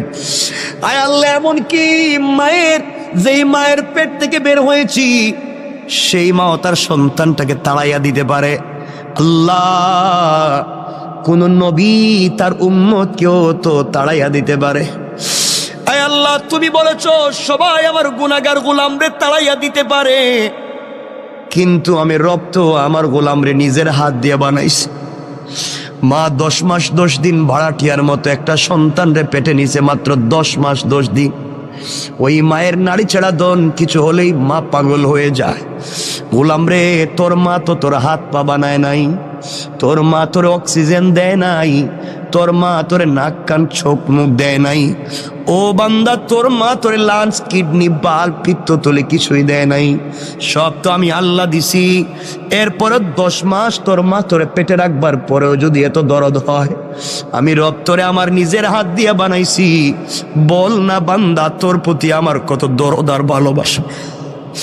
ও বান্দা, দুনিয়ার সকল মানুষের দরওয়াজা যদি বন্ধ হয়ে যায়, আমি কথা দিলাম বান্দারি, আমার দরওয়াজা তোমার জন্য সকল সময় খোলা থাকবে, বলো না কি চাও। এবার বান্দা ডাক দিয়া বলে, আল্লাহ আমি একজন বকরির রাখাল, আমি প্রতিদিন বকরি রাখালি করি, বাড়িতে যাই বিকালবেলা, সকালবেলা বাড়ি থেকে বের হই, বিকালবেলা বাড়িতে যাই, যাওয়ার পরে প্রথমে বকরির থেকে দুধ নেই, ওই দুধ নিয়ে প্রথমে আমার বৃদ্ধা মা পাপড়ে খাওয়াই, আমার মা তখন বেঁচে আছেন, আমার মারে দুধ পান করাই, মা ইচ্ছে মতো শান্তি মতো পেট ভরে দুধ পান করবার পরে বাকিটুকুন দুধ নিয়ে আমি আমার সন্তানদের কাছে বন্টন করে দেই, সন্তানেরা পান করে এরপরে ঘুমাইয়া যায়, এরপরে আমরা পান করি। আয় আল্লাহ, একদিন আমার জঙ্গল থেকে মাঠ থেকে বাড়িতে যেতে যেতে দেরি হয়েছে, বাড়িতে গিয়ে দেখি আমার মা ঘুমিয়ে পড়ছেন। আমার মা বিভোর ঘুমে পাগল, মা ঘুমাইয়া গিয়েছে, মা তো সজাগ না। ঘরে গিয়ে দেখি আমার সন্তানেরা খাবারের জন্য চিৎকার করে কাঁদতেছে। আমি যখন বকরির থেকে দুধ দোহন করি, সন্তানেরা লাইন ধরে গুল হয়ে আমার পাশে বসছে আর বলছে, আব্বা একটু দুধ দেও না, আর সহ্য হয় না, পেটে খিদে লাগছে, রাত্রে যে ঘুমাতে হবে, একটু দুধ দাও। আমি সন্তানের দিকে তাকাইয়াও দেখি নাই কে আমার কাছে দুধ চাইল। এক পর্যায়ে দুধের বাটি হাতে নিলাম, পেয়ালা হাতে নিলাম, মায়ের ঘরে গিয়ে দেখি মা ঘুমিয়ে গিয়েছে। সবগুলা দুধের পেয়ালা নিয়া মায়ের মাথার সামনে দাঁড়ায়া থাকলাম। মা রাত্রে যখন উঠবে আগে তারে পান করাবো, এরপরে আমি আমার বাচ্চাদেরকে পান করাবো। আল্লাহ, আমার বাচ্চাগুলো আমার পায়ের কাছে এসে পা জড়াইয়া কাঁদতেছে, বলতেছে, আব্বা তুমি আমাদেরকে এক ফোঁটা দুধ পান করাও। সারা রাত সন্তানের কাঁদতে কাঁদতে আমার পায়ের কাছে ঘুমাইয়া গেল, এক ফোঁটা দুধও আমি সন্তানদেরকে আগে দেই নাই। ওই মায়ের অপেক্ষা করতেছি মা কখন ঘুম থেকে উঠবে। আয় আল্লাহ, ও মুনিব, এইভাবে সারা রাত চলে গিয়েছে।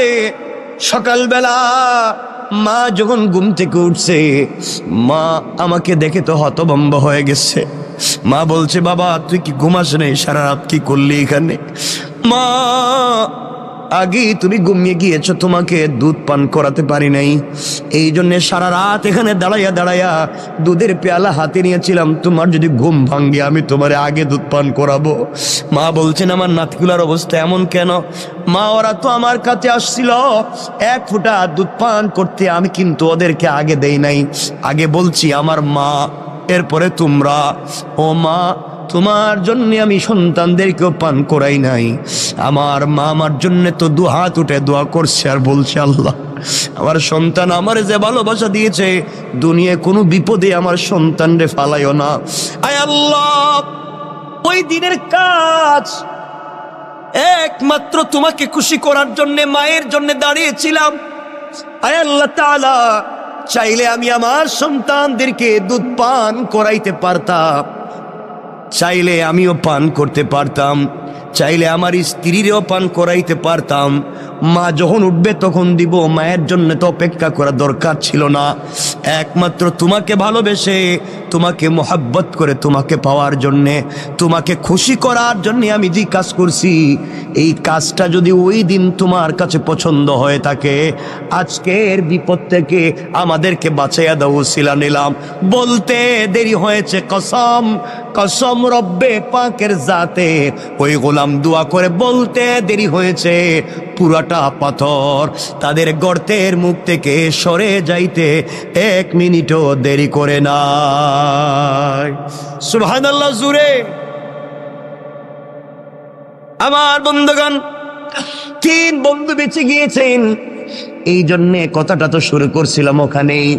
জীবনে যদি সরিষার দানা পরিমাণও ভালো কাজ করেন, রব কিন্তু তোমাকে আমাকে এটা দিবে। আল্লাহ কোরআনে বলছেন, ফামাইয়ামাল মিসকালা যাররাতিন খায়রান ইয়ারা, সরিষার দানা পরিমাণ যদি ভালো কাজ করো, ওটারও কিন্তু বদলা দিব। ওয়া মাইয়ামাল মিসকালা যাররাতিন শাররান ইয়ারা, আর তোমরা যদি খারাপ কাজ করো সরিষার দানা পরিমাণ, কারো হিসাব দেওয়া লাগবে। এই জন্যে দুহাত জোর করে যেই কথা শুরুতেই বলছিলাম, দরকার হলে পায়ে ধরে বললাম, আল্লাহর ওয়াস্তে চলার পথে ভুল তো করব না, মানুষের হক মারব না, আমানতের খেয়ানত করব না, অন্যায় আচরণ করব না, ছোট থেকে ছোট হলেও আল্লাহকে সন্তুষ্ট করার জন্য ভালো কাজ করব। রব বলে দিয়েছে, তুমি যদি আমাকেই পাওয়ার জন্য ভালো কাজ করো বান্দা, আমি কথা দিলাম তোমার এই ছোট্ট একটা আমলই তোমাকে জান্নাত পর্যন্ত নিয়ে যেতে পারে। পড়েন সুবহানাল্লাহ। আমার কথা কি আপনারা বুঝছেন এতক্ষণে? তাহলে এত আলোচনা করে যেটা বোঝাতে চাইলাম, এই পুরো 1 ঘন্টা কথা বলছি, একটা বিষয় বোঝাবার দিন যে আমাকে আপনাকে ফিরে যাওয়া লাগবে আল্লাহর সামনে। সরিষার দানা পরিমাণ ভালো কাজ করলেও জবাব দিতে হবে, খারাপ কাজ করলেও জবাব দিতে হবে। সুতরাং আমরা কোনোভাবে অন্যের সম্পত্তি তো নিজে খাবো না, নিজের লিডার হলে কখনো পাবলিকরে ঠকাবো না, এবং নিজের সম্পত্তি বাঁচাবার জন্য অন্যের সম্পত্তি ধ্বংস করবার জন্য রাষ্ট্রের কাছে কুপ্রস্তাব দিয়া কাউকে বিপদে ফেলবো, বলেন ফেলবো? এটা হলো এতক্ষণের আলোচনার মূল মাকসাদ, আয়াতের মৌলিক ভাবার্থ। এতক্ষণ যদি কথা বুঝে থাকেন তো বলেন, রব একজন মানুষ ভালো কাজ করছে, তার উপকার দিচ্ছেন না? কথা তো অনেক মনে পড়ে, কিন্তু আমাদের সময় তো কমে যাইতেছে। কমে গেছে না? আপনাদের অসুবিধা হইতেছে নি? সময় যদিও আছে আমার হাতে, কর্তৃপক্ষের দেওয়া, কিন্তু আপনাদের তো কষ্টের দিকে আমার খেয়াল রাখতে হয়। যেন কষ্ট হইতেছে কিনা বুঝতেছি না, হয় না? বেশি নিব না, যদিও লম্বা হয় আমি নিব না। কথা বলতে চাই, রব বলেছে উপকার করলে তিনি দিবেন কি দিবেন না? বলেন না, দিবেন। কতটা শোনেন। হাসান বসরি রহমতুল্লাহ আলাইহির মালফুজাত থেকে পাওয়া যায়, একবার হাসান বসরি রহমতুল্লাহ আলাইহ কবরের পাশ দিয়ে যাচ্ছেন, খুব বুঝবেন, কবরের পাশ দিয়ে যাইতেছে। চিন্তা করলেন, কবরের কাছে গিয়ে চিন্তা করলেন, একটু মোরাকাবা করে দেখি তো কবরের মানুষ কেমন আছে। মোরাকাবা করলেন, করে দেখেন কবরের মানুষ খুব খুশি, হাসি খুশি, কেউ কষ্টে আছে, কেউ দুঃখে আছে। আর এর মধ্যে একজন মুরব্বী, কবরের ভিতরে তার খুব আযাব হইতেছে। একজন মুরব্বীর কবরে খুব বেশি আযাব হইতেছে। আর আবার দেখলেন আরেক জায়গায়, দেখেন আরেকজন মুরব্বী বসে রইছে আর হাসতেছে। তিনি কিছু দুরূদ পড়লেন, তিনি কিছু দোয়া করলেন, এই সওয়াবগুলো আল্লাহ তাআলা কবরে পৌঁছাইয়া দিলেন। সুবহানাল্লাহ পড়েন না? তিনি তাকাইয়া দেখেন কবরের সকল মানুষ লাইন ধরে এসে এই সওয়াবগুলা নিয়ে যায়। এক মুরব্বী বসে রইছে কর্নারে, ও আয় না, উঠে না। হাসান বসরি বলেন, মোরাকাবায় তাকে জিজ্ঞেস করলাম, বাবা কবরের মানুষ কি বিপদে আছে? আমি সূরা ফাতিহা তিলাওয়াত করলাম, সূরা ইখলাস পড়লাম, এর সওয়াবটুকুন কবরে পৌঁছাইলাম, সব মানুষ এসে নিয়ে যায়, তুমি দিকে আসতেছো না, ঘটনা কি? কয় আমার দরকার নাই। দরকার নাই কেন? কয় আমার একটা ছেলে আছে, অমুক বাজারে দোকানদারি করে, ওই ছেলে প্রতিদিন আমার জন্য কোরআন তিলাওয়াত করে সওয়াব আমার কবরে পৌঁছাইয়া দেয়। আমি আমার সন্তানের উপরে খুশি, সন্তান সারাদিন বাজারে দোকানদারি করে, ফাঁকে ফাঁকে সময় পাইলেই আমার জন্য তিলাওয়াত করে সওয়াব পাঠায়। এই জন্য আমার তাড়াহুড়া নাই, আমি একটা ছেলে রেখে আসছি দুনিয়ায়, খুব ভালো। ওই ছেলেটা আমি বাপরে বইলা যায় নাই, এই জন্য সন্তানরে ভালো মানুষ বানাইছিলাম। কবরে আসার পরে সন্তান আমার জন্য দোয়া দুরুদ পড়ে আমার জন্য আমল পাঠায়। আর আমরা এমন সন্তান রাইখা যাই, বাপ মারা যাওয়ার আগেই এর মাইরে ফেলায়। কথা বলেন না কেন? মা বাপ মারা যাওয়ার আগে এমন কষ্ট দেয়, তো এমনি জিন্দা মরে যায়, খাবার দেয় না, বউরে নিয়ে আলাদা থাকে, মা বাপরে দেখতে পায় না, মা বাপের সঙ্গে ভালো আচরণ করে না, স্ত্রী সন্তান যা বলে তাই শুনে, মা বাপকে এই ভালো জায়গায় রাখতে চায় না, মা বাপের ঠিক মতো ঔষধপাতি দেয় না, খবরাখবর রাখতে পারে না, মা বাপকে পয়সা দিলে হিসাব করে, এই সমস্ত নাফরমানি আমাদের ভিতরে হর হামেশা হয়ে গেছে, ঠিক না? হাসান বসরি বলেন, আমি মোরাকাবা শেষ করব, একজন মুরব্বী খুব কাঁদতেছেন, আযাব হইতেছে। আমি জিজ্ঞেস করলাম কারণ কি? মুরব্বী বলছেন, বাবা আমার একটা মেয়ে আছে। কি আছে? খুব দুশ্চরিত্রা, খারাপ খারাপ কাজ করে বেড়ায়, আর ও যত গুনার কাজ করে ওর গুনার কাজের ভাগ আমার কবরে আসে, আমি পাই। কারণ মেয়েটারে ভালো বানাইতে পারি নাই, যেন বাপ হিসাবে আমি মেয়েরে কেন ভালো বানাইতে পারলাম না? ওই মেয়ে খারাপ কাজ করলে আমার কাছে গুনাহ চলে আসে। আর ওই বেচারা বলতেছে, আমার ছেলে দুনিয়া তেলাওয়াত করে আমার কাছে সওয়াব চলে আসে।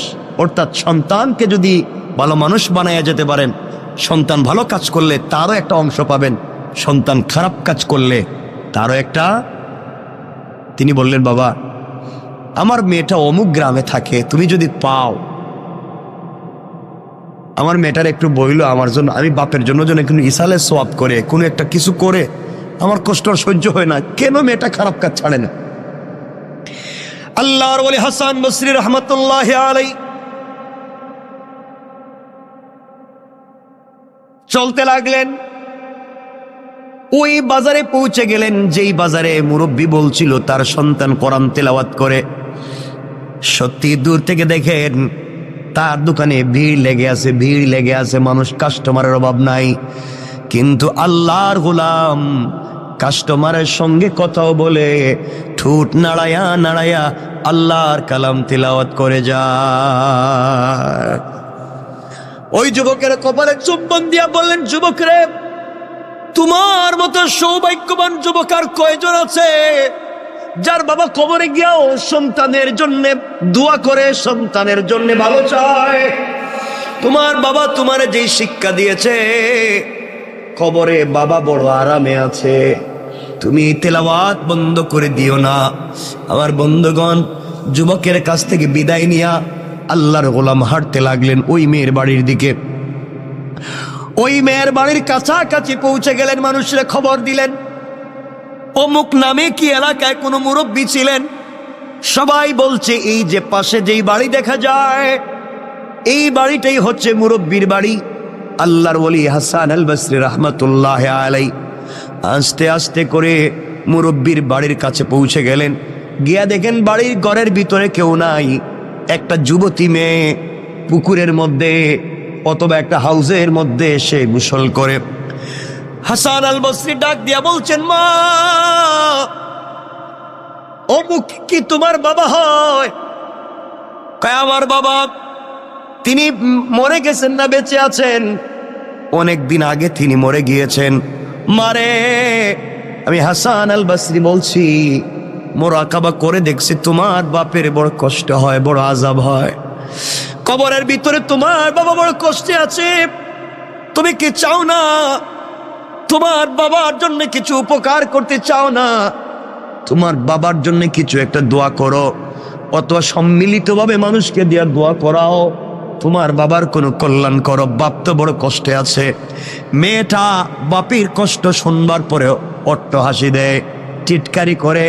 এই কথা বলে বলছে, আমি আবার কেমনে বাপের উপকার করব? আমার দ্বারা হবে না। ওই বাপরে আমি কেমনে করব? আমার জীবন, আমার যৌবন, আমি যেভাবে মন চায় সেভাবে চলবো, আমি কেন তার জন্য উপকার করতে যাব? ও হাসান আল বসরি, আপনি বলেছেন আমি যেন গুনাহ ছেড়ে দেই, আমি কিসের গুনাহ করি? আমি তো জীবনটাকে এনজয় করি। আপনার আবার কি আসে যায়?